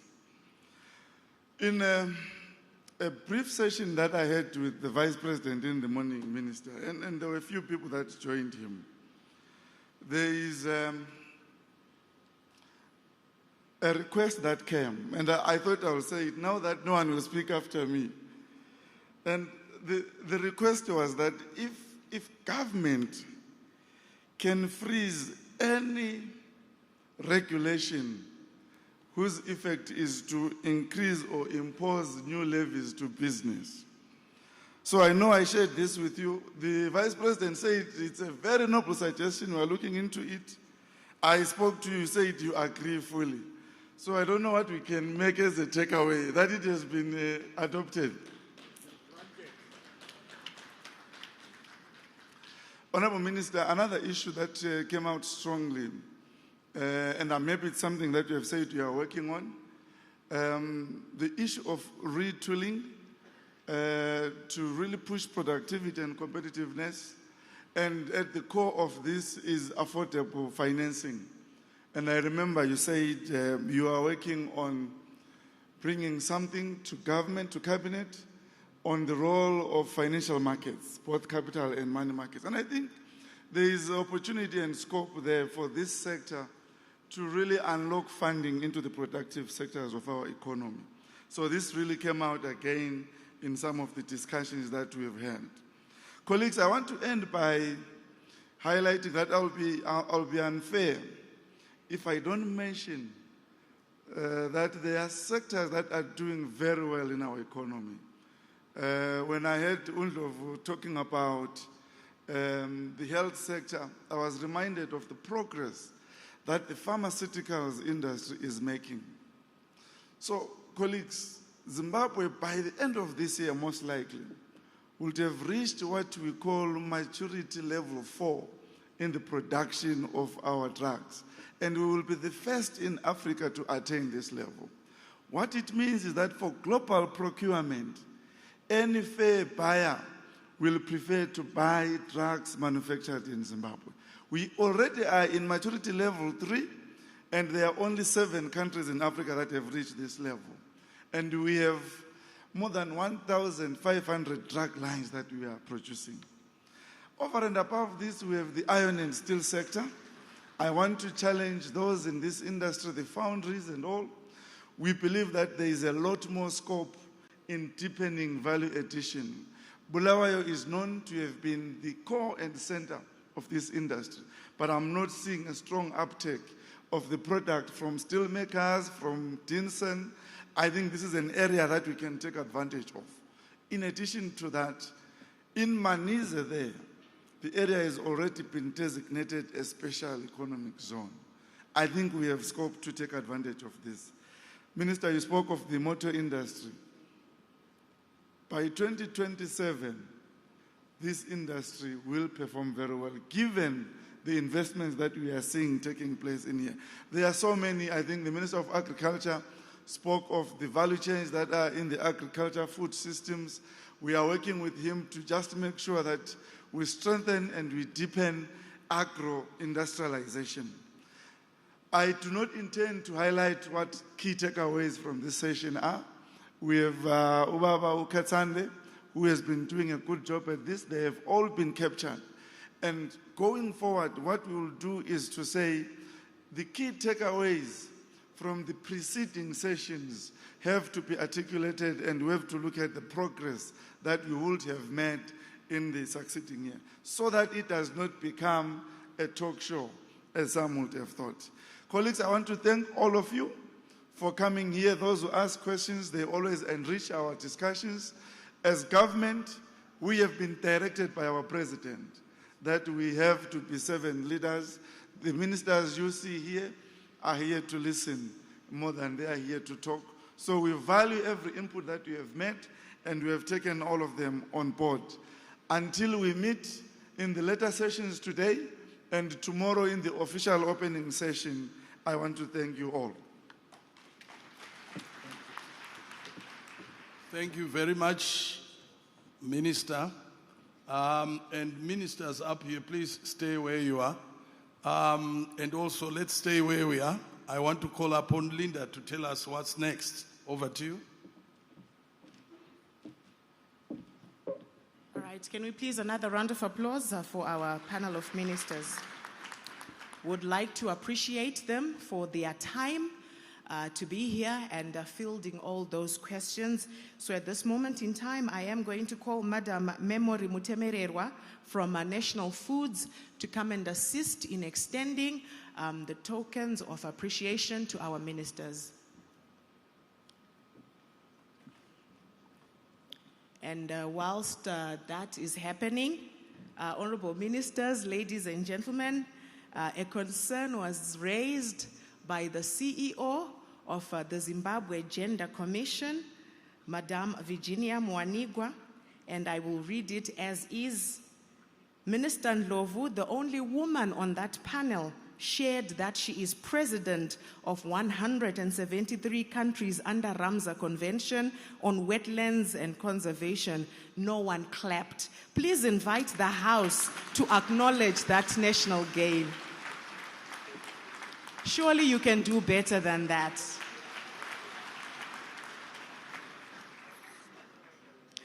So indeed, we appreciate you, Honorable Minister, for that. And we really appreciate our ministers for being here.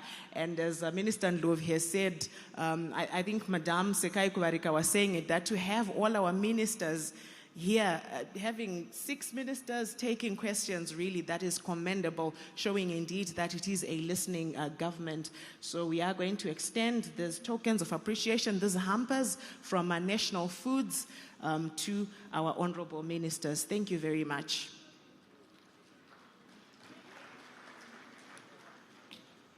No, just because you didn't do the same thing, it doesn't mean you can't appreciate National Foods. Come on.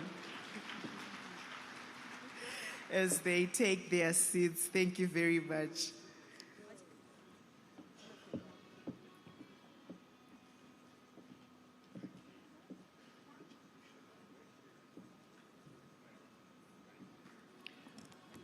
Okay, we may appreciate them as they take their leave.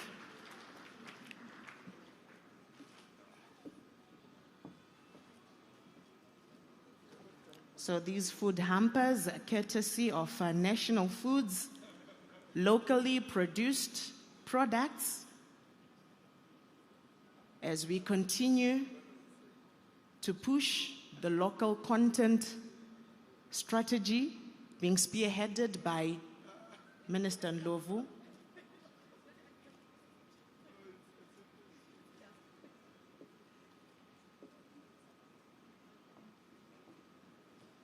All right. Thank you very much, National Foods. I think we can allow our ministers to take their leave. Thank you very much. Ama, ampanotera, don't worry. We'll make sure. All right, and as we're about to end, just an update as well. Thank you very much.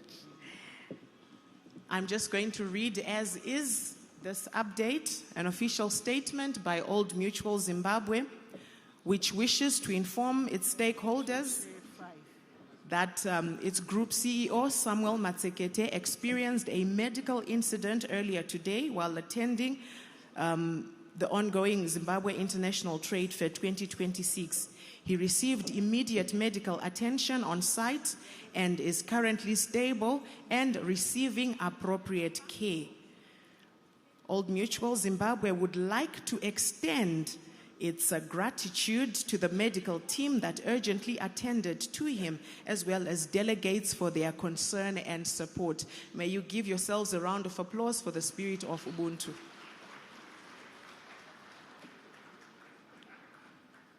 So this is it, ladies and gentlemen. We have come to the end of the International Business Conference, made possible by the CZI, the ZITF, the NECF, and all those that participated. As far as our lunch is concerned, our ministers, our deputy ministers, our permanent secretaries, commissioners, and members of the Politburo will be ushered to hall number 1 upstairs for their lunch.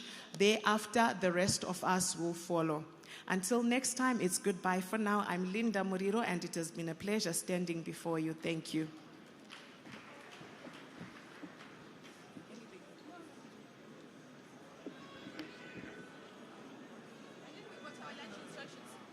Got our lunch instructions, right? Yes, sir.